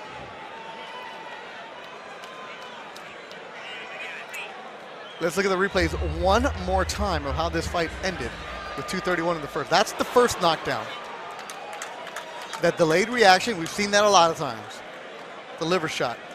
Such a clean shot, went right around the elbow. Right on the liver. And here's how it ended, Gabe.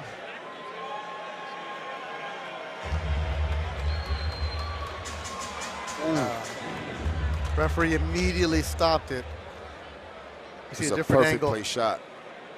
And he caught him punching too. So he was vulnerable. He caught him right under that rib. All right, let's make it official, Kike.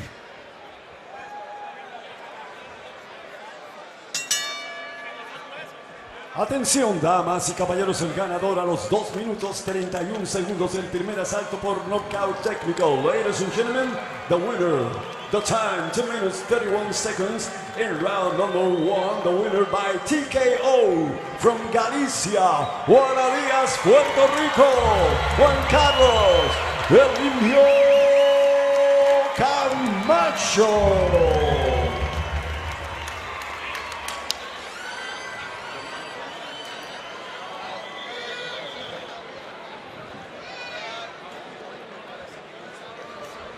Gets the hand raised. There's Juan Carlos Camacho Jr. And then you heard him. Juana Diaz, Puerto Rico. He's now 16-1, 8 stoppages. His third first-round KO. It's the DAZN debut. Very, very impressive. You know, he's going to retweet that and repost on Instagram, all that good stuff. As he should, man. Again, another one who was very calm with us at the fighter meetings. And then you see him still calm inside the ring. Victory so far for Gallardo, Santana, Tito Acosta, and now Camacho Jr. Now it's time for the main event, a title shot here in San Juan.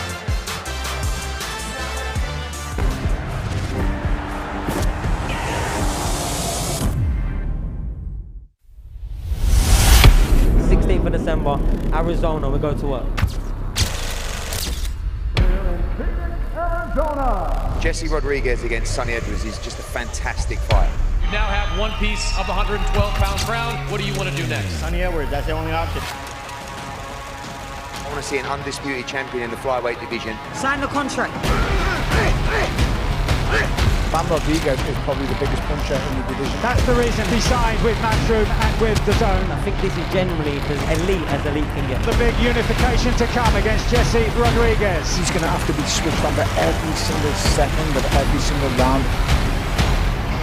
Bam Rodriguez, where are you? Rodriguez putting on the performance of a lifetime! Oh, lovely long left hook. All in. Sink or swim. This one of the best fights of the year, pound for pound.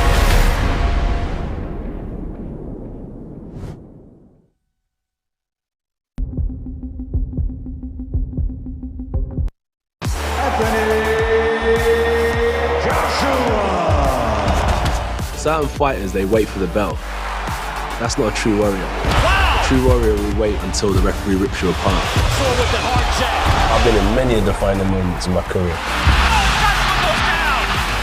Dylan White fight, which was a straight-out war. These are all time that will add to the legacy. Oh, I'm sure he's getting up from that. It was tough, but it made me.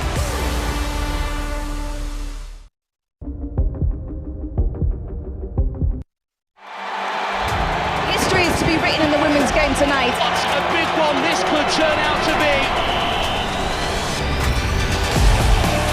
Shot taken. Wow, what a strike.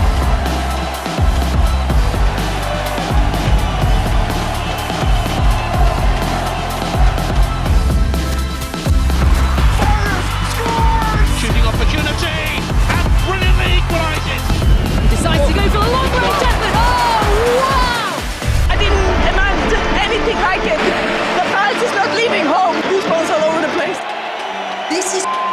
suit.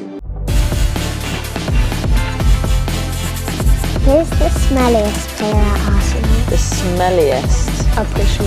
That's a good ball, and it's in! Saka! And the Champions League trophy is heading back to Barcelona.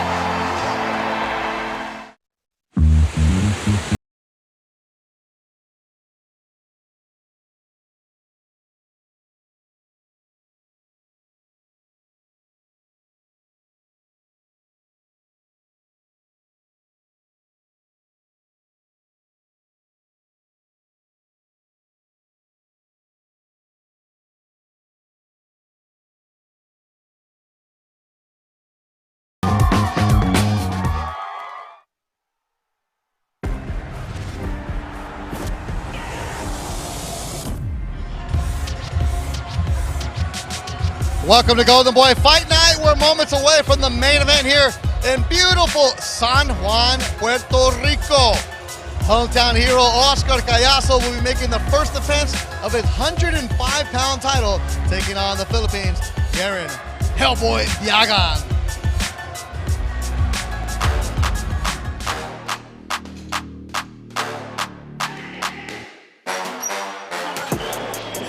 Jerusalem's on the back foot, and he's not countering off the back foot. Good shot there. And that was the best shot Collazo's landed all night. Power behind that. From Collazo, big left from Collazo, covering up. Collazo sensing something, attacking. Here is Oscar, el Pupilo Collazo!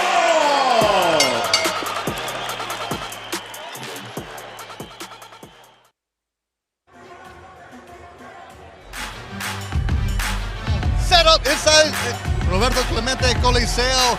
It's a great night of action. Our main event is coming up here in San Juan. Oscar Collazo won his championship a few months ago, 105 pounds. He won it in his 7th professional fight. Gabe Rosado, he said he wanted to make history for Puerto Rico. He became the fastest Puerto Rican to win a title. Now tonight, he defends his belt here on the island, but can there be too many distractions for this young man? I don't think so. You know, his mindset's focused on what he wants to do. He wants to create a legacy. He says he wants to be the undisputed champion of the world, and he says he wants to be put down as one of the greats like Tito Trinidad, Camacho, all those other guys. You mean Hall of Famers? Hall of Famers, yeah. Exactly. That you were talking with him at the fighter meetings about how, yeah, there could be a lot of distractions, how people can come out and all of a sudden you start making some money, you become a champion, and everybody wants to be there. There are 3 buses coming from his hometown about 2 hours away to be here. They're having a viewing party in the streets of his hometown of Villalba, yeah. But he seems like it doesn't faze him. Yeah, and that's what I like about him. He's just focused, he's locked in. And one thing he said, when this happened, I knew this was gonna happen. You know, this wasn't a surprise. Me becoming a champion, I knew it was gonna happen. My goal is bigger than this right now, and that's what I like about him. He's set on a bigger goal. He's 26 years old, but Gabe, you've been around a lot of fighters, whether you're training in Philly or LA with Freddie Roach, you see some of the best, and they come in, they get a little taste of success, and then maybe they don't run as much. Maybe they don't work out as much, or maybe there's too many people around. How does Collazo stay focused and not let that happen to him? Yeah, and I asked him that question, but he said a big part of that is his team. You know, his team, they're all locked in. His fiance, you know, it's the lifestyle that he lives. He lives a clean lifestyle. He's not distracted. He's not into what's going on. He's not into the fame. He's into making history, and that's what I like about him. He was hoping to go to the Olympics, but his weight class was eliminated, so he turned pro and trying to make history, and he did that. But tonight, in his first professional defense of his title, will be here on the island, and they bring in Hellboy from the Philippines. That's his nickname. And you look at this. Collazo working with his trainer, the lefty, seems locked in, like he's in that zone right there, Gabe. And then, you're right, not many people in that locker room. We've seen other people, there's like 30, 40 people. He's a champion, man, and look, it's just his team, and I love that. You know, everyone's different, man, but this guy's locked in, he's focused, he knows what he wants to do. And he's working, he's quick. The southpaw, 105 pounds. He wants to unify. And when you're talking about unify, that means you want to make history. Oscar Collazo sat down with our Golden Boy crew to talk about What motivates this young man? The reality was I was really nervous. My first title, making history for Puerto Rican boxing, you know. But I trained hard. I used that nervous like a fuel to do what I gotta do in the ring, stay focused 100%, and I think I used it very well. Sensing something, attacking. Jerusalem trying to survive here in the 6th. All of this, making this history, making the rich of it, it was very strategized. Like, we talked about it. It was going to be difficult, but you know, we wanted it. We wanted it, and my team saw it in me. I saw it in me, and it feels very good to make history for boxing to be the world fastest champion of Puerto Rico. And Puerto Rico has a new champion, Oscar Collazo de Villalba, Puerto Rico. It's an honor, you know, it's an honor, all of champions that come through Puerto Rico, different styles, you know, all the great champions that they got. And it's special, it is a special moment for me and for boxing history in Puerto Rico to be a part of all that champions.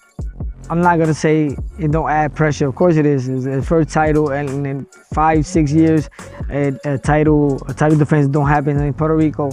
A lot of people was waiting on it. A lot of people wanted to see me fight here and making my first title defense.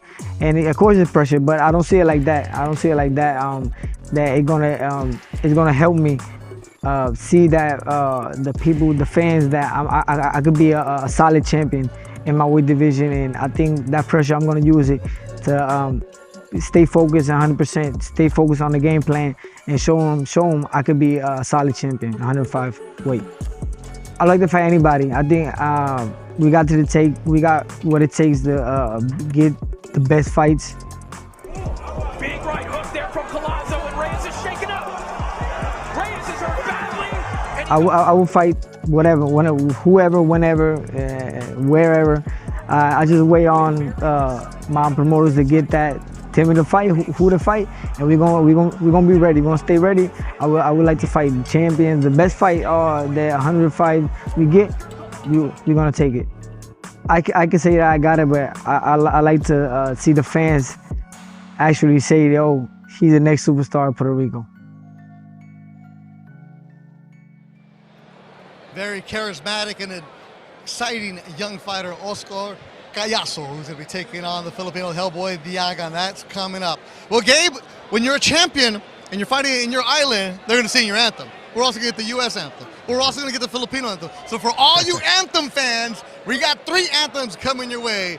Let's hear that before we go to our main event.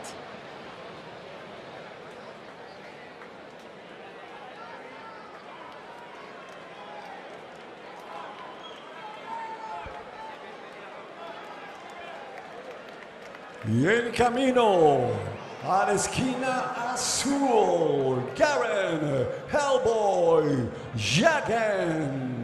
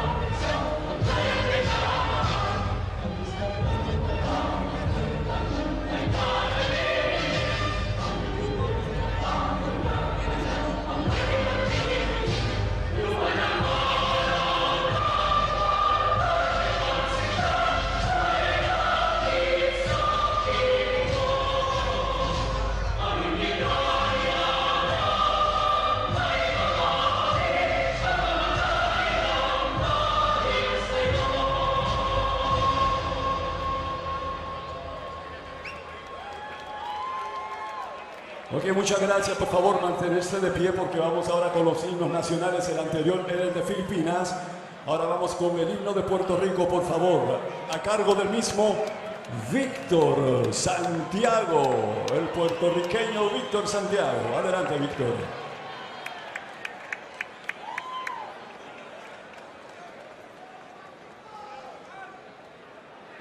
La tierra de Borique, donde he nacido yo, es un jardín florido de mágico primor, un cielo siempre nítido le sirve de dosel y dan arrullos plácidos las olas a sus pies. ¡Ay, la cara! Cuando a sus playas llegó color, exclamó lleno de admiración. Oh, esta es la linda tierra que busco yo. Es Borinquen la hija del mar y el sol, del mar y el sol, del mar y el sol, del mar y el sol, del mar y el sol.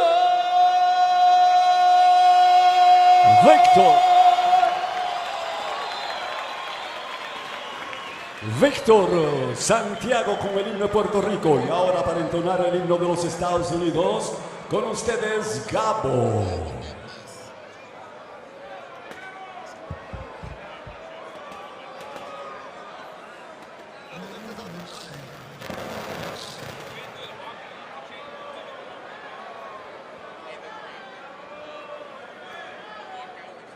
Oh, say, can you see?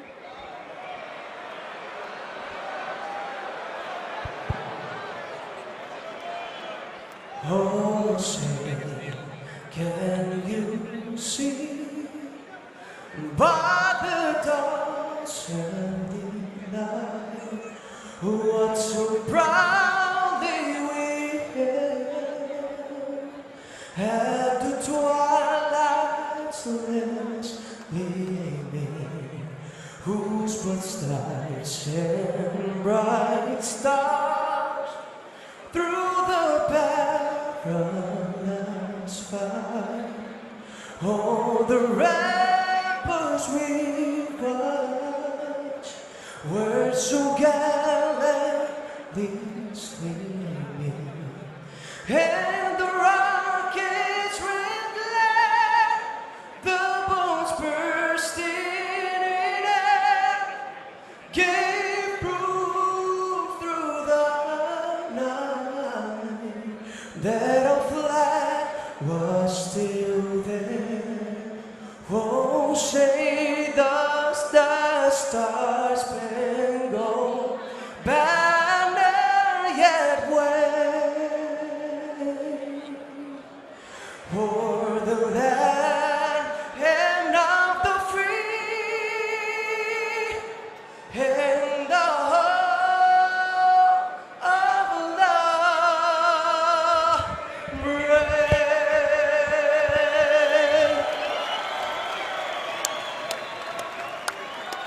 Okay, this is our Gabo.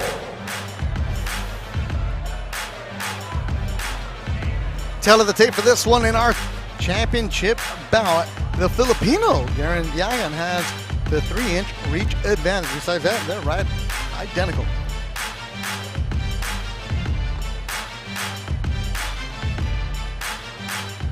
Atención, damas y caballeros, ha llegado el momento de presentarles el evento estelar de la noche, pactado a 12 asaltos aquí en el Coliseo Roberto Clemente en San Juan, la capital de Puerto Rico.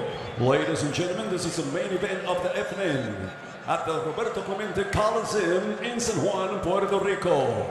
Golden Boy Promotions, in association with Miguel Cotto Promotions and H2 Entertainment, proudly presents Oscar de la Hoya's Golden Fight on DAZN. Sponsored by Aquarius Resort, Blue Dolphin Casino, Supermercados Econo, Compañía Turismo de Puerto Rico, Voyturisteando.com, 24 Marketplace, Cerveza Doña, and Gasolina Parrot in a Pouch. This bout is sanctioned by the Puerto Rican Boxing Commission President Miguel Laureano, WBO Supervisor Licenciado Mendoza.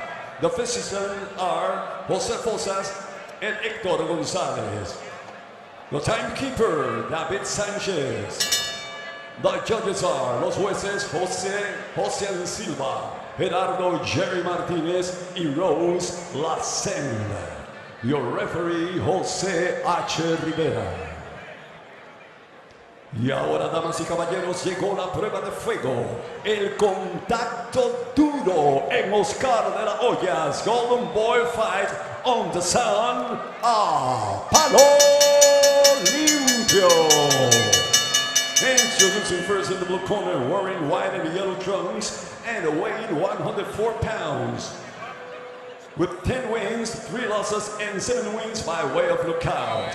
From Philippines, the WBO ranked number 9 in the world, Garen Hellboy Diagan.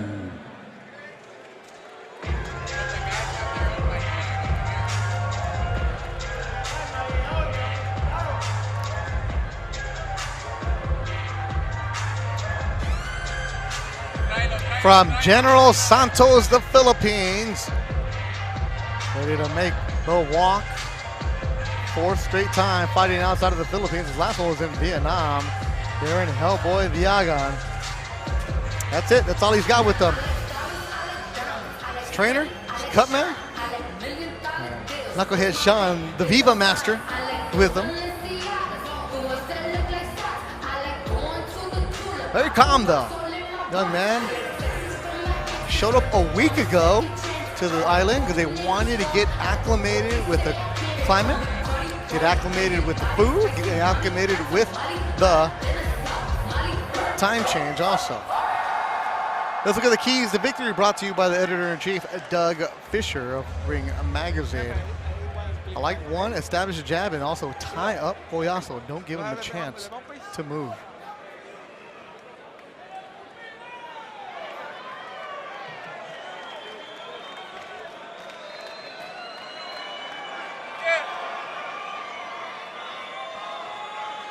Y en camino a la esquina roja, el campeón Oscar, el Pupilo, Collazo.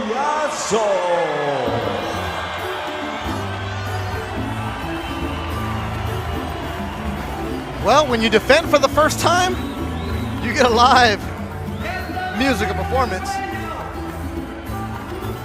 Now, you might want to have the fighter walk first. Puerto Rico, baby.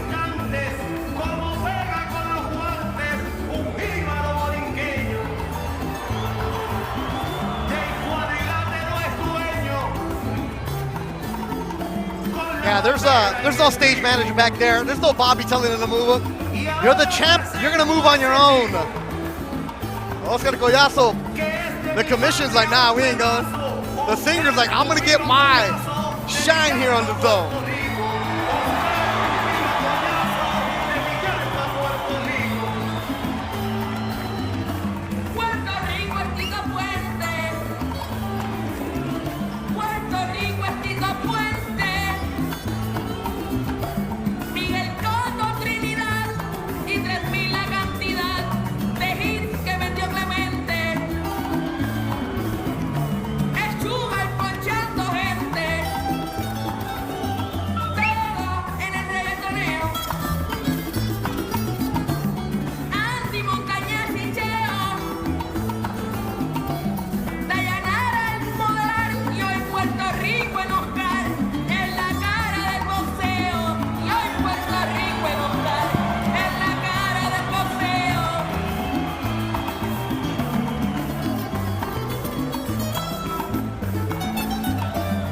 Villalba, Puerto Rico, where that young man is from.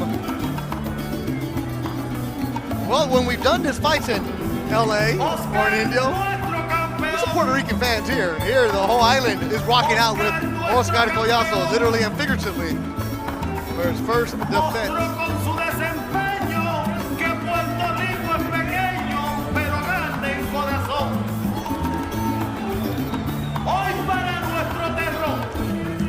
This ring walk is making former closer Lee Smith's approach to the mound brisk.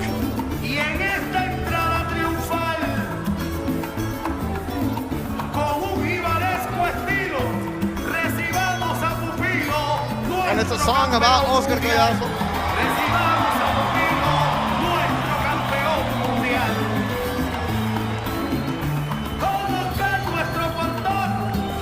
Soak it in, Oscar. You only get to defend your vote for the first time once. You enjoying it?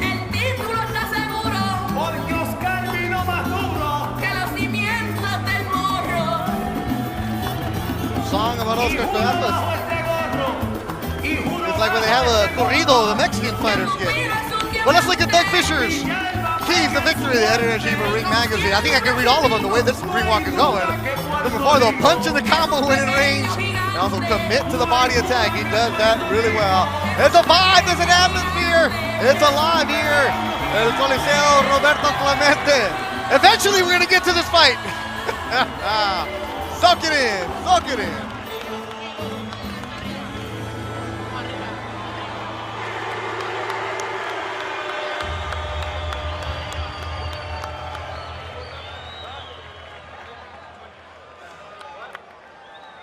Y ahora, damas y caballeros, llegó la prueba de fuego, el contacto duro en Oscar de la Hoya's Golden Boy Fight on the Sun a palo limpio. Presentamos en la esquina azul con blusa amarilla y blanca y un peso de 104 libras. Introducing first in the blue corner, wearing white and yellow trunks and weighing 104 pounds. Con un récord de 10 victorias, 3 derrotas y 7 ganadas por nocaut. With 10 wins, 3 losses, and 7 wins by way of knockout. From Philippines, the WBO ranked number 9 in the world, Garen, Hellboy, Diagan. Y su contrario en la esquina roja con blusa rosada y blanca y un peso de 104.9 libras. And his opponent in the red corner wearing pink and white trunks and weighing 104.9 pounds.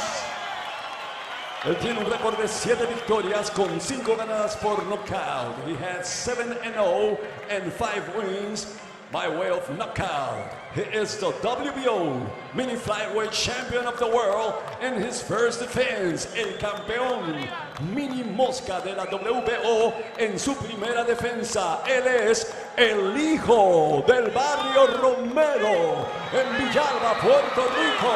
Oscar el Pupilo Collazo.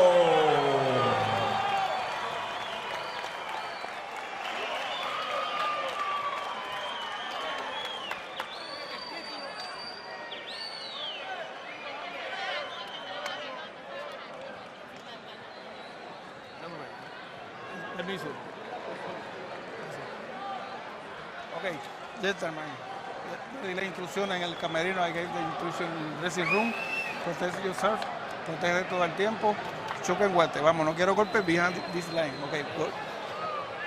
We're ready to go.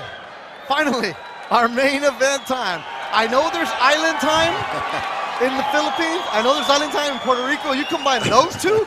My goodness, it's almost midnight here. But one thing though, Gabe, on the serious side, Diagan was standing for the last 15 minutes. Yeah, it was while a long Collazo time. was in the locker room. It was a long resting. time. So we were getting ready to go. Oscar Collazo defends his belt for the first time. He's 7-0 with 5 KOs. Diagan, the Filipino, is 10-3 with 7 KOs. But Collazo looked very calm, Gabriel, on that walkout. He didn't seem like the moment caught up to him.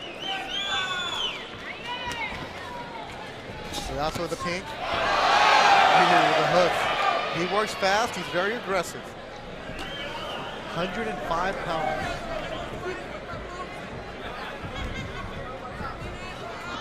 He's from Villalba, Puerto Rico. When he won his title, they had a couple of parades. Ooh. The Filipino lands a good shot. Lunging. They both actually landed that shot. They threw it at the same time. Collazo, named after Oscar De La Hoya, his mom's favorite fighter. And now co-promotes him along with Miguel Cotto. So 2 Hall of Famers helping promote Collazo on this journey.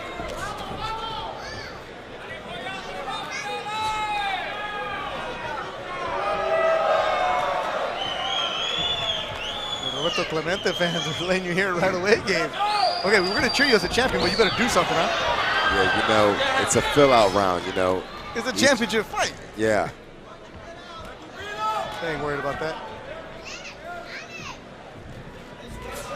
The thing is, man, the wait was so long that, you know, these guys really ain't, they got to warm up to the to the fight. Yeah, neither of them have a good lather yet. And it is hot inside this building, but they've already warmed up.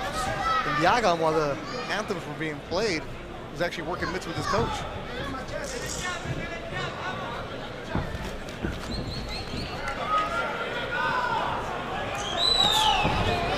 Right for Collazo.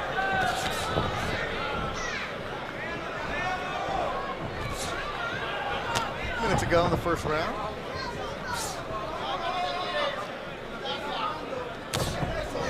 Good jab. Midsection by Collazo.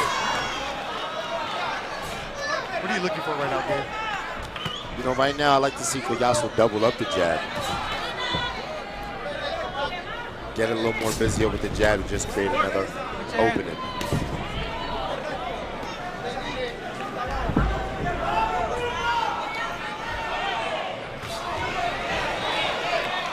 I like working with you. As he moves back.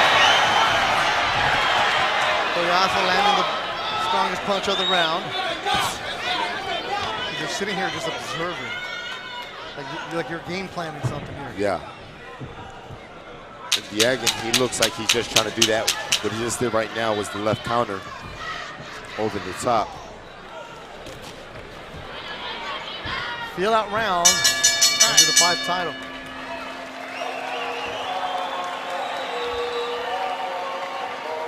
I think Diagan's cut.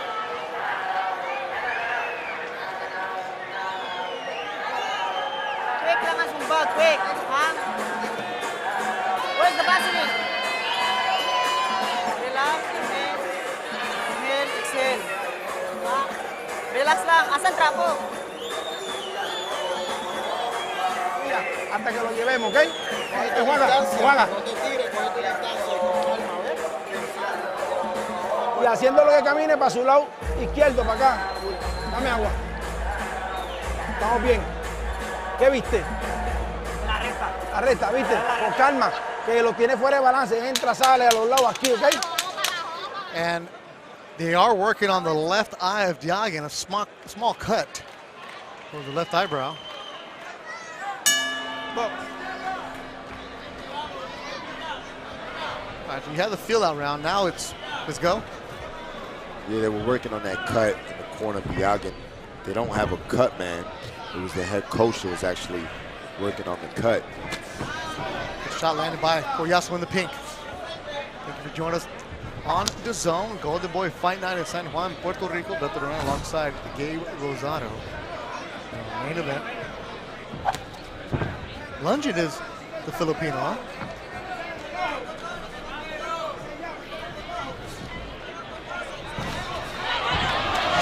By Collazo. And that left eye of the Filipino is swelling quickly, Gabriel. Yeah, they did a bad job in the corner. Bad job. You know, I noticed the cut right away. They did not get on top of it. And they don't have a cut man. Yeah, it's just Rod Michel and Joseph Navarro in the corner. Rod, veteran trainer in Asia. This is the second time they're working together.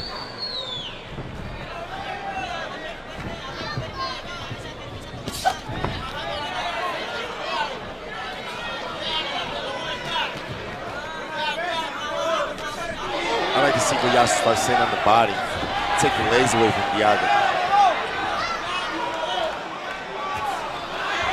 Like that? Yeah. Or like that. Or like that. He's going to that left eye. There's Collazo. Oh yeah, you want to keep poking at that eye. Just stick the jab out there. It doesn't even have to have power on it.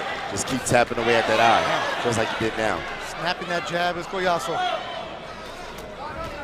Yair lunges with his punches. Yeah, he's very awkward. Very awkward.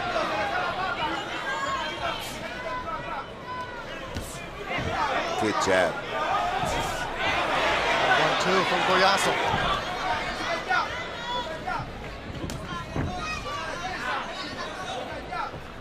Stalking is Collazo. Diagan is out of the corner. He throws a lot of punches, but they're not effective as a Filipino.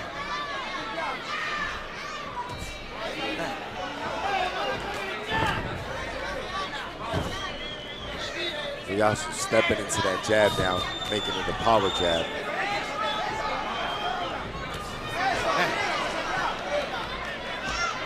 Here ringside, you can hear the power of the punches from Collazo. When Diagan throws, not much.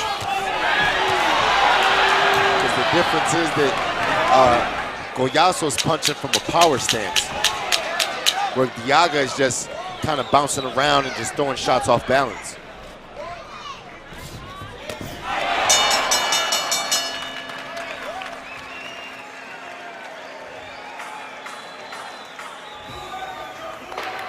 Hay un nuevo pasaporte de turismo interno. Nos vamos de road trip.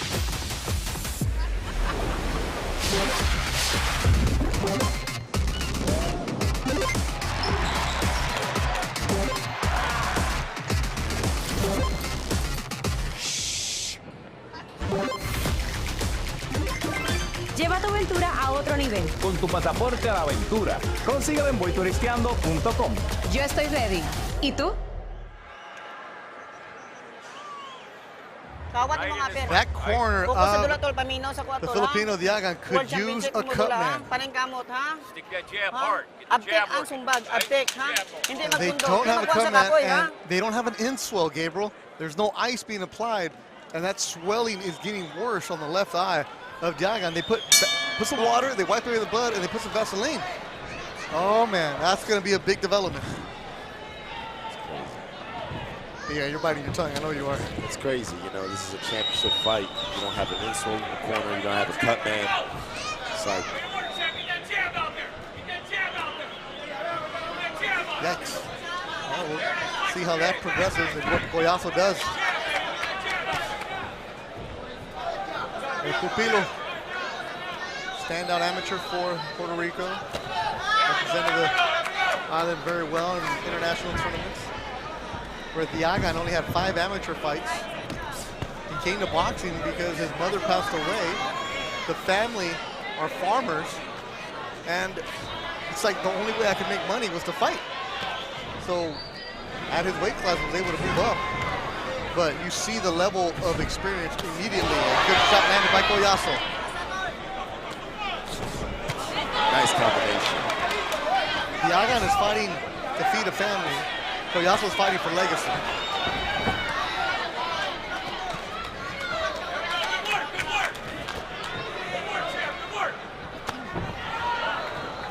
That's what I like to see, more body shots by Collazo.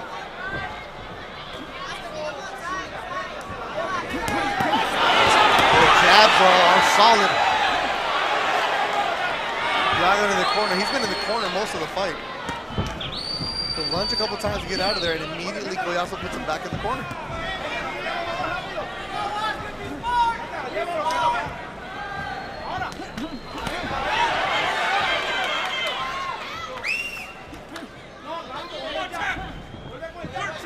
You could just urge your fighter on as much as you want, but we're starting to see Collazo pull away.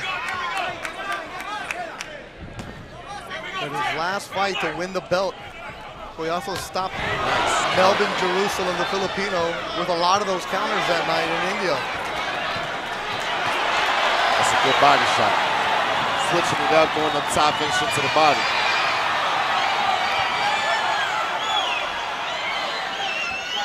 Good shot landed by Diagan.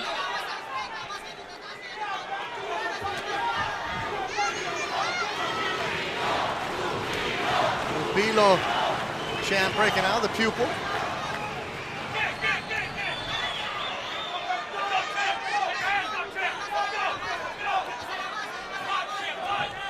Also doing whatever he wants, Gabe Rosado.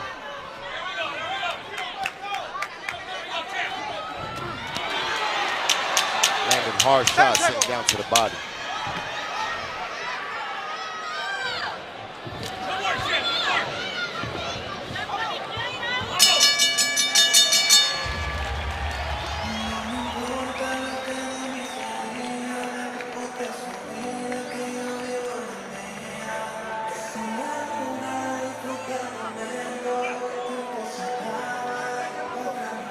Cambias el engancho y eso apertó, porque él se va a bajar y se la va a meter por el medio. Pero tienes que prepararlo. Es tuyo. Límpiame, límpiame. Dame la agüita. Dame agua. La toallita, amigo, echarle aire. Estamos cómodos. Sigue moviendo cabeza, los amagues. Y ese 1-2 entra. Ese 1-2 entra por el medio. Trabaja un poquito con nosotros, que estamos visualizando para que coja esa experiencia para ti. Pero no me dejes ya. Está trabajando bonito. Very confident corner with Carlos Ortiz, Juan de León, and Ramón Negrón. El Pupilo, Oscar Collazo.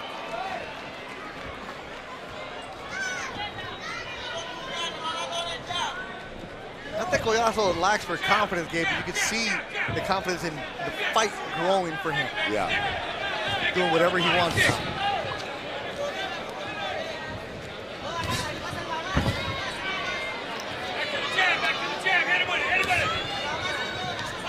Very good jab from Collazo. Just stop him. That's what Collazo needs to keep doing. Keep jabbing away at that eye. Jabbing away at that eye. Making him comfortable for Diagan.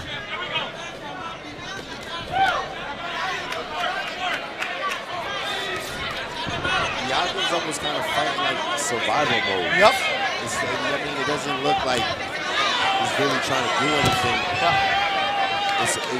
Even his body language in the corner isn't good. Something's not right. Well, a lot of it being Oscar Collazo. Diagan is rated 9th by the WBO. That's how he got this world title opportunity.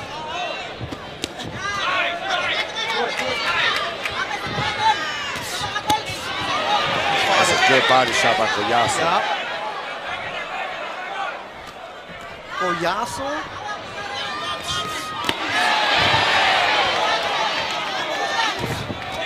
Going downstairs, going upstairs with ease. And he sees punches coming too. Good defense from Oscar Collazo. He just doesn't stop moving, Gabriel. And I like what he's doing. He's pressing the action and he's making Diagan fight. Like Diagan's he's making him uncomfortable, throwing shots, and I think within one of those shots, he's gonna catch him open and create an opportunity to land a big shot, Collazo. Diagan's fought in South Africa, Vietnam, Thailand.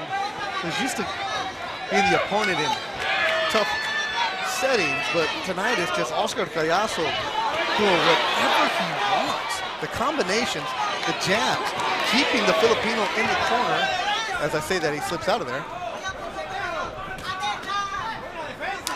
But there it is, pushing back against the ropes. Diagan's throwing shots, but there's nothing on it. You know what I mean? He's not really trying to sit on a meaningful shot. They were able to stop the bleeding on the cut of Diagan, but not the swelling. That left cheekbone was really getting swollen.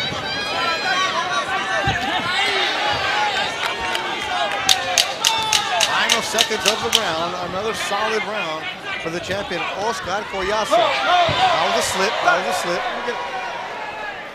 Okay. Done with 4.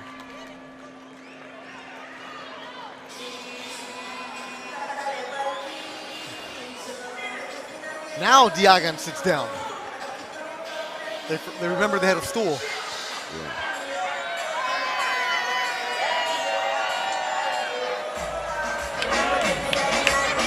Oscar's fiance, his day one, Beth Marie Velez, in camp.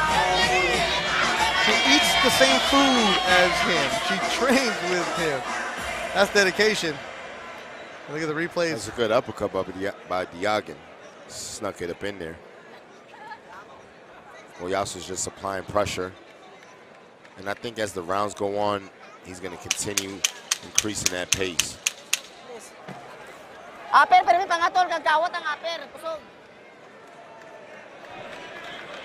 You start stepping on the gas if you're Collazo right now as we hit to the 5th? I think so. Like, I don't think Collazo has a plan for 12 rounds, right? I think so, you know.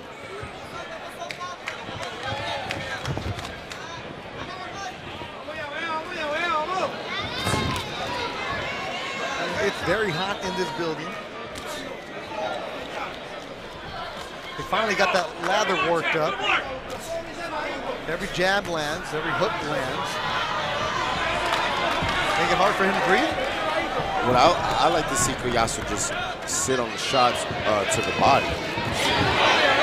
Just stop Diagan from moving side to side and jumping around.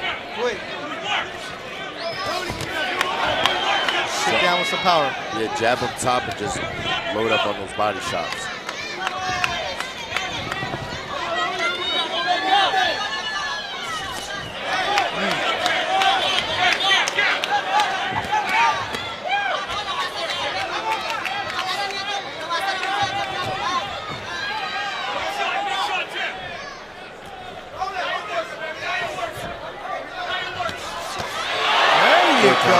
Collazo.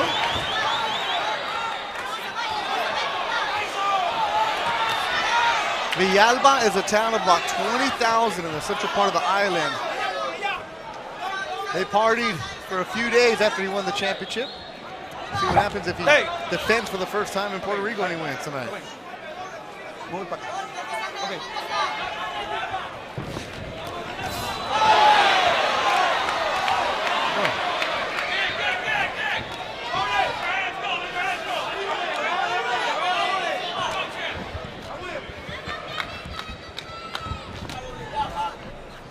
Collazo is bringing up Ivan Calderon. A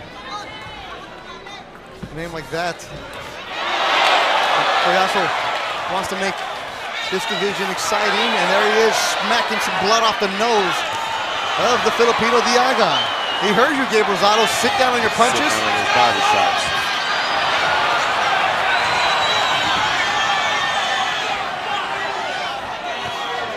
The WBO minimum weight championship on the line.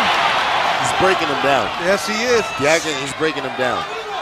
It's deja vu all over again to quote Yogi Berra. As same thing he did on Melvin Jerusalem earlier this year to win the title in May.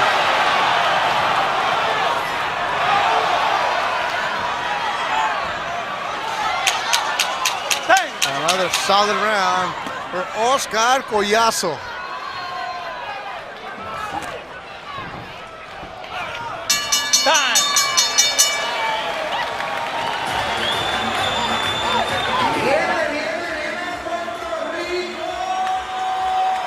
Collazo is rated number 3 by the Ring magazine.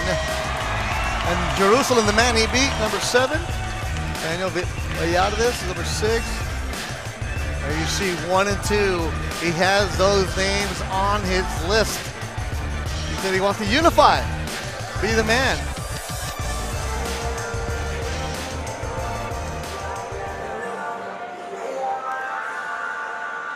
Came in strong, Gabe. And I think it's a matter of time. I don't think this fight goes the distance.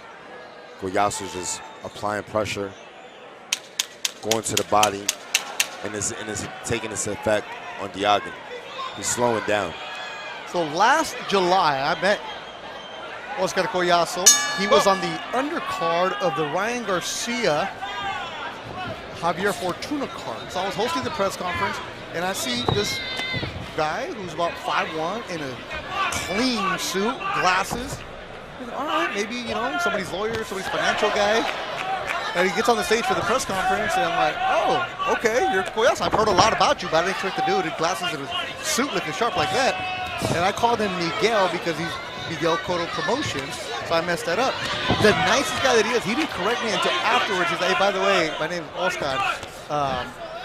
And I'm like, oh man, his name is Oscar Manuel on his Twitter and his Instagram. I'm like, dude, I'm so sorry. He's like, no, it's okay. They're gonna remember my name pretty soon. And like real professional about it. And so now the running joke with him is like, hey, Miguel. He's like, yeah, but you can call me Champ now. He made sure to tell me that when he saw me the other day. Yeah, that fight against Big Saludar, he went the distance. 12 rounds. They both went down in the 7th round. And it was like, oh, maybe too much too soon for young Collazo. He got up, knocked down Saludar in the same round. Hasn't looked back since. He beat Vidal Reyes in January at the YouTube Theater. Took care of Jerusalem on the main event on Golden Boy Fight Night. And you're right, Gabe, he breaks fighters down. That's the sign of a champion, getting back up and winning the fight by knockout, a decision. But yeah, he's just on top of Diagan. He's not letting him breathe. Pushing back the Filipino. Collazo sensing something. Big heart from Diagan.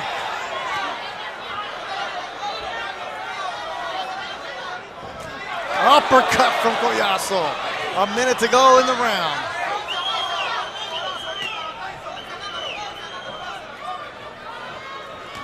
Nice body shot. Deep press now from Diagan as he retreats.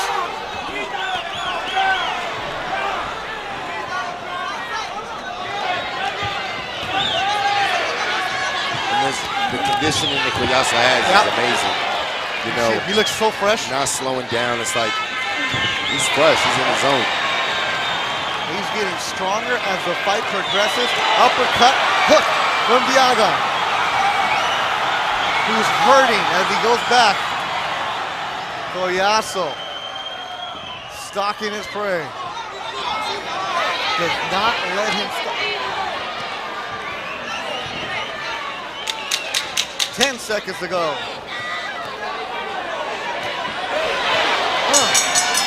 Another round in the books for the champion. Camarón Cepeda, September 16th, takes on upset-minded Mercito Hesta. That's in LA, only on the DAZN. And in the corner of Diagan, he is in pain right now. I think he's got cramps, Gabe, because they're working on those calves. And they're trying to give him water. Something's not right in his corner, but he's definitely looking for a way out. Are they going to stop it? Because the referees are talking. He's looking for a way out. And the fight is over. The fight is over. Oscar Collazo, for the first time in Puerto Rico as a champion, defends his belt, stopping the Filipino Garen Diagan. His first title defense on the island, a successful one. Villalba, Puerto Rico, the party can start the next couple days. Your champion's coming home. He's now 8-0 with 6 stoppages. It was a great performance, man. He just applied pressure nonstop. He gave the fans what they wanted. It's a great way to defend your first world title. Something's not right with Diagan. Yeah, Diagan went back to the corner, but it was happening a few rounds back. But he was going back to his corner and he looked like something was wrong.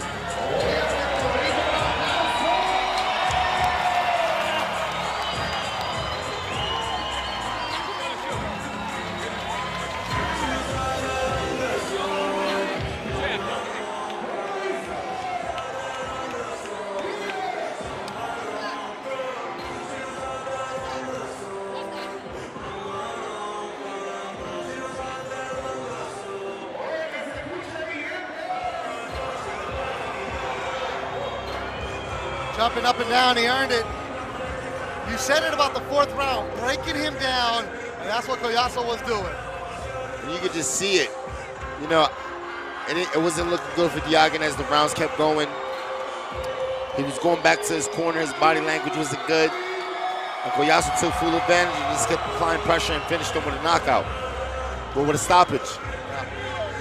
There's something, they're working on the legs of Diagan. Like they're taking his boots off immediately. Maybe it was cramps, maybe it was bad.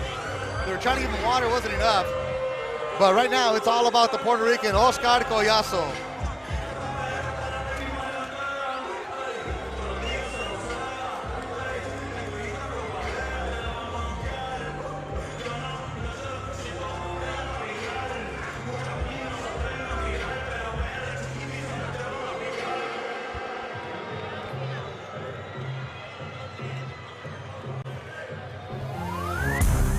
Let's look at the recap of the fight. And it was immediately Collazo, Gabriel. Yeah, immediately. Kept working on that cut, jabbing to the eye, and breaking him down to the body. Good body shots. Oscar Collazo never got away from the game plan either. And then the middle rounds, like you said, you wanted to see him start sitting down on punches, use some of that power, and he did that. That's exactly what he did. All right, so now he's 8-0. You become a champion, okay? Then the process of defending it, it's how you do it. He looked good tonight. This is the kind of performance you have to put on where the fans want to see you again. Absolutely. It's important you win, but it's also how you win, especially at this weight class. Would he have wanted a big-time knockout? Absolutely. Would it have happened? Probably later on down the road as the fight progressed. And he's gaining the support of the island. The island started to believe in him. You know, it's amazing. And they did take off the boots and the socks of the Filipino Diagan. And he's still on his stool. He's not even getting up.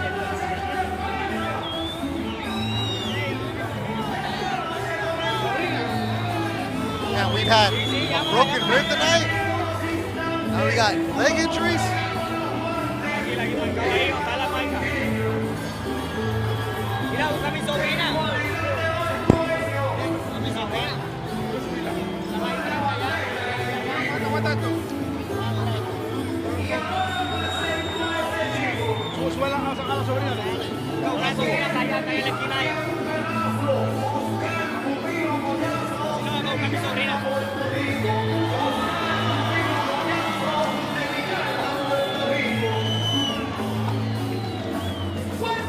Pressure, baby.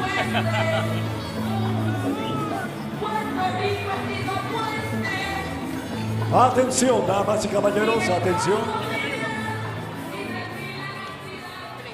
El ganador al primer segundo del séptimo asalto por nocaut técnico, the winner in the first second in round number 7, and still the WBO mini flyweight champion of the world, from El Barrio Romero, Villalba, Puerto Rico, Oscar el Pupilo Collazo.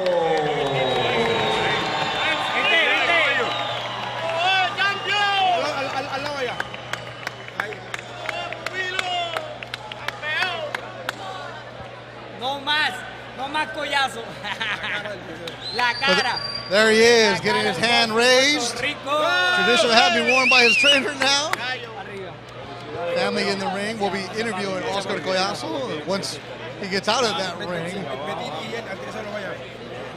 Inside the Coliseo Roberto Clemente. Fired up. Everybody standing here at the Coliseo. Let's look at the CompuBox stats for this, and it was all Oscar Collazo. Diagan threw a bunch of punches, but didn't land many punches. Only landing 61 of them. The power punches, Diagan knew what he was up against. Throw as many punches as possible and try to be landing.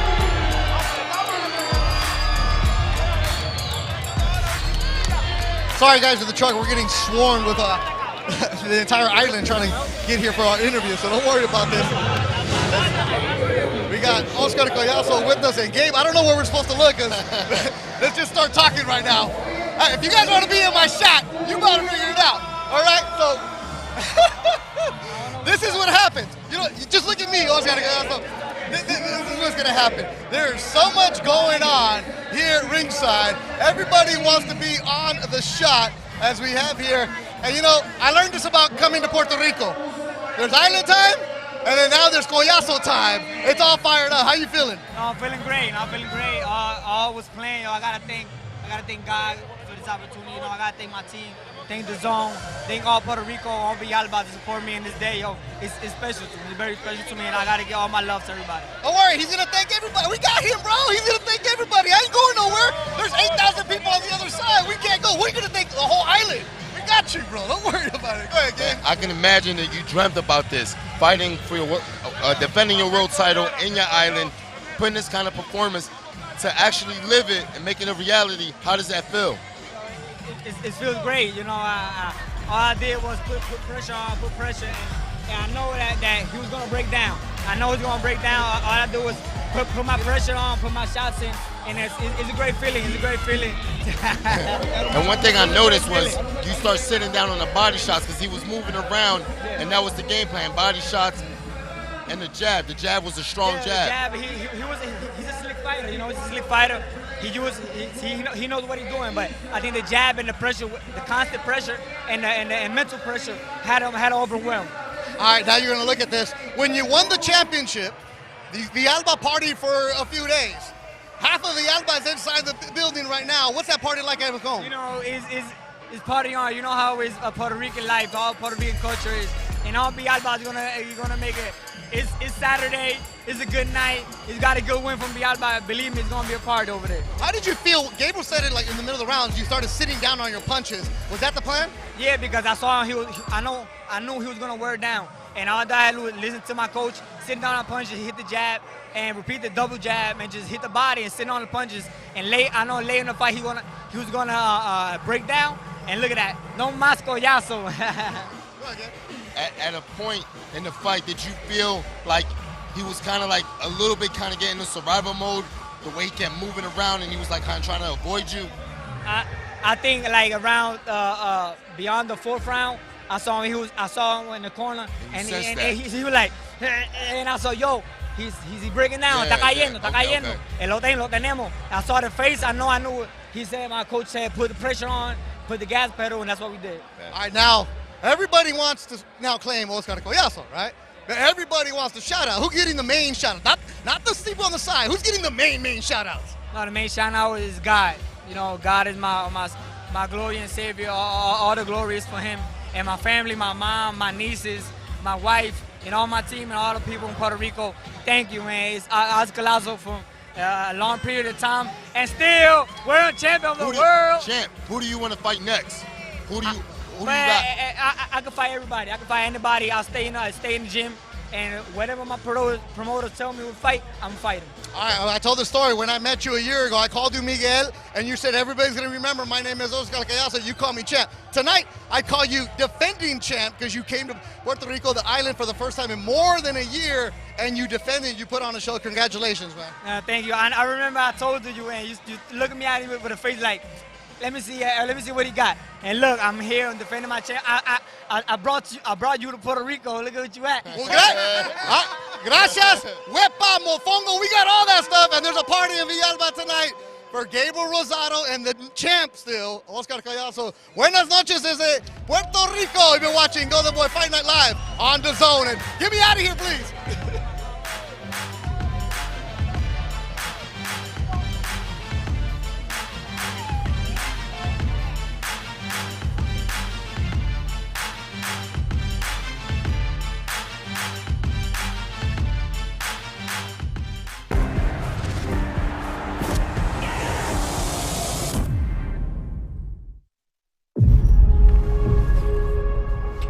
Leaving home doesn't mean you're leaving alone. Leaving home doesn't mean you become a stranger. In fact, wherever you go, they will follow. Follow through the mist that rolls in from the Trent. They will march on together, until they meet Nottingham, Leeds, Wood, He's having success! It's over! It's all over! Warrington.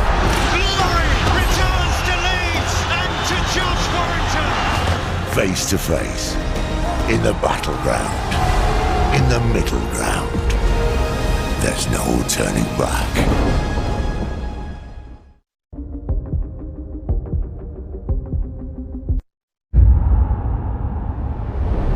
Nosotros íbamos con policía para poder llegar al estadio.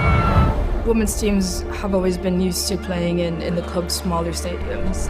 Playing at Clásico and Camp Nou means everything. Most of these players are Barcelona fans. Fue increíble, la verdad. Alucinamos todas. A new chapter about to be written in the history of these two famous clubs. Tolosa decides to go for the long range effort. Wow. What a goal that is! Cuando se generan ambientes así, es que tu cuerpo va solo. There it is, the confirmed attendance inside Camp Nou. A world record. Once we had that confirmation, we just all started to cry. I do think this game changed women's football. I do believe it changed the perspective from all of us.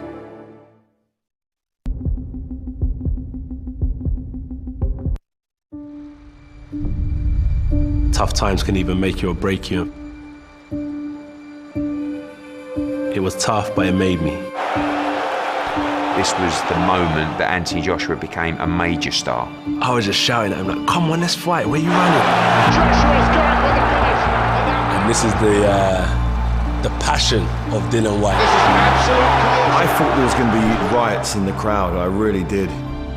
In the space of 6 years, he'd gone from being a raw novice to going in with one of the greatest heavyweights of all time. Klitschko down for the second time and all over the place.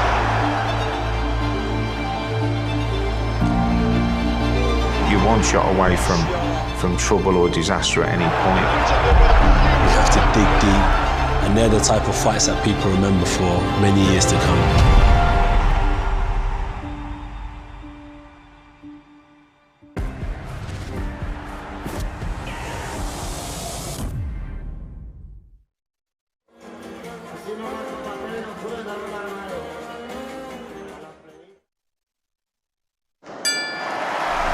And now entering the arena,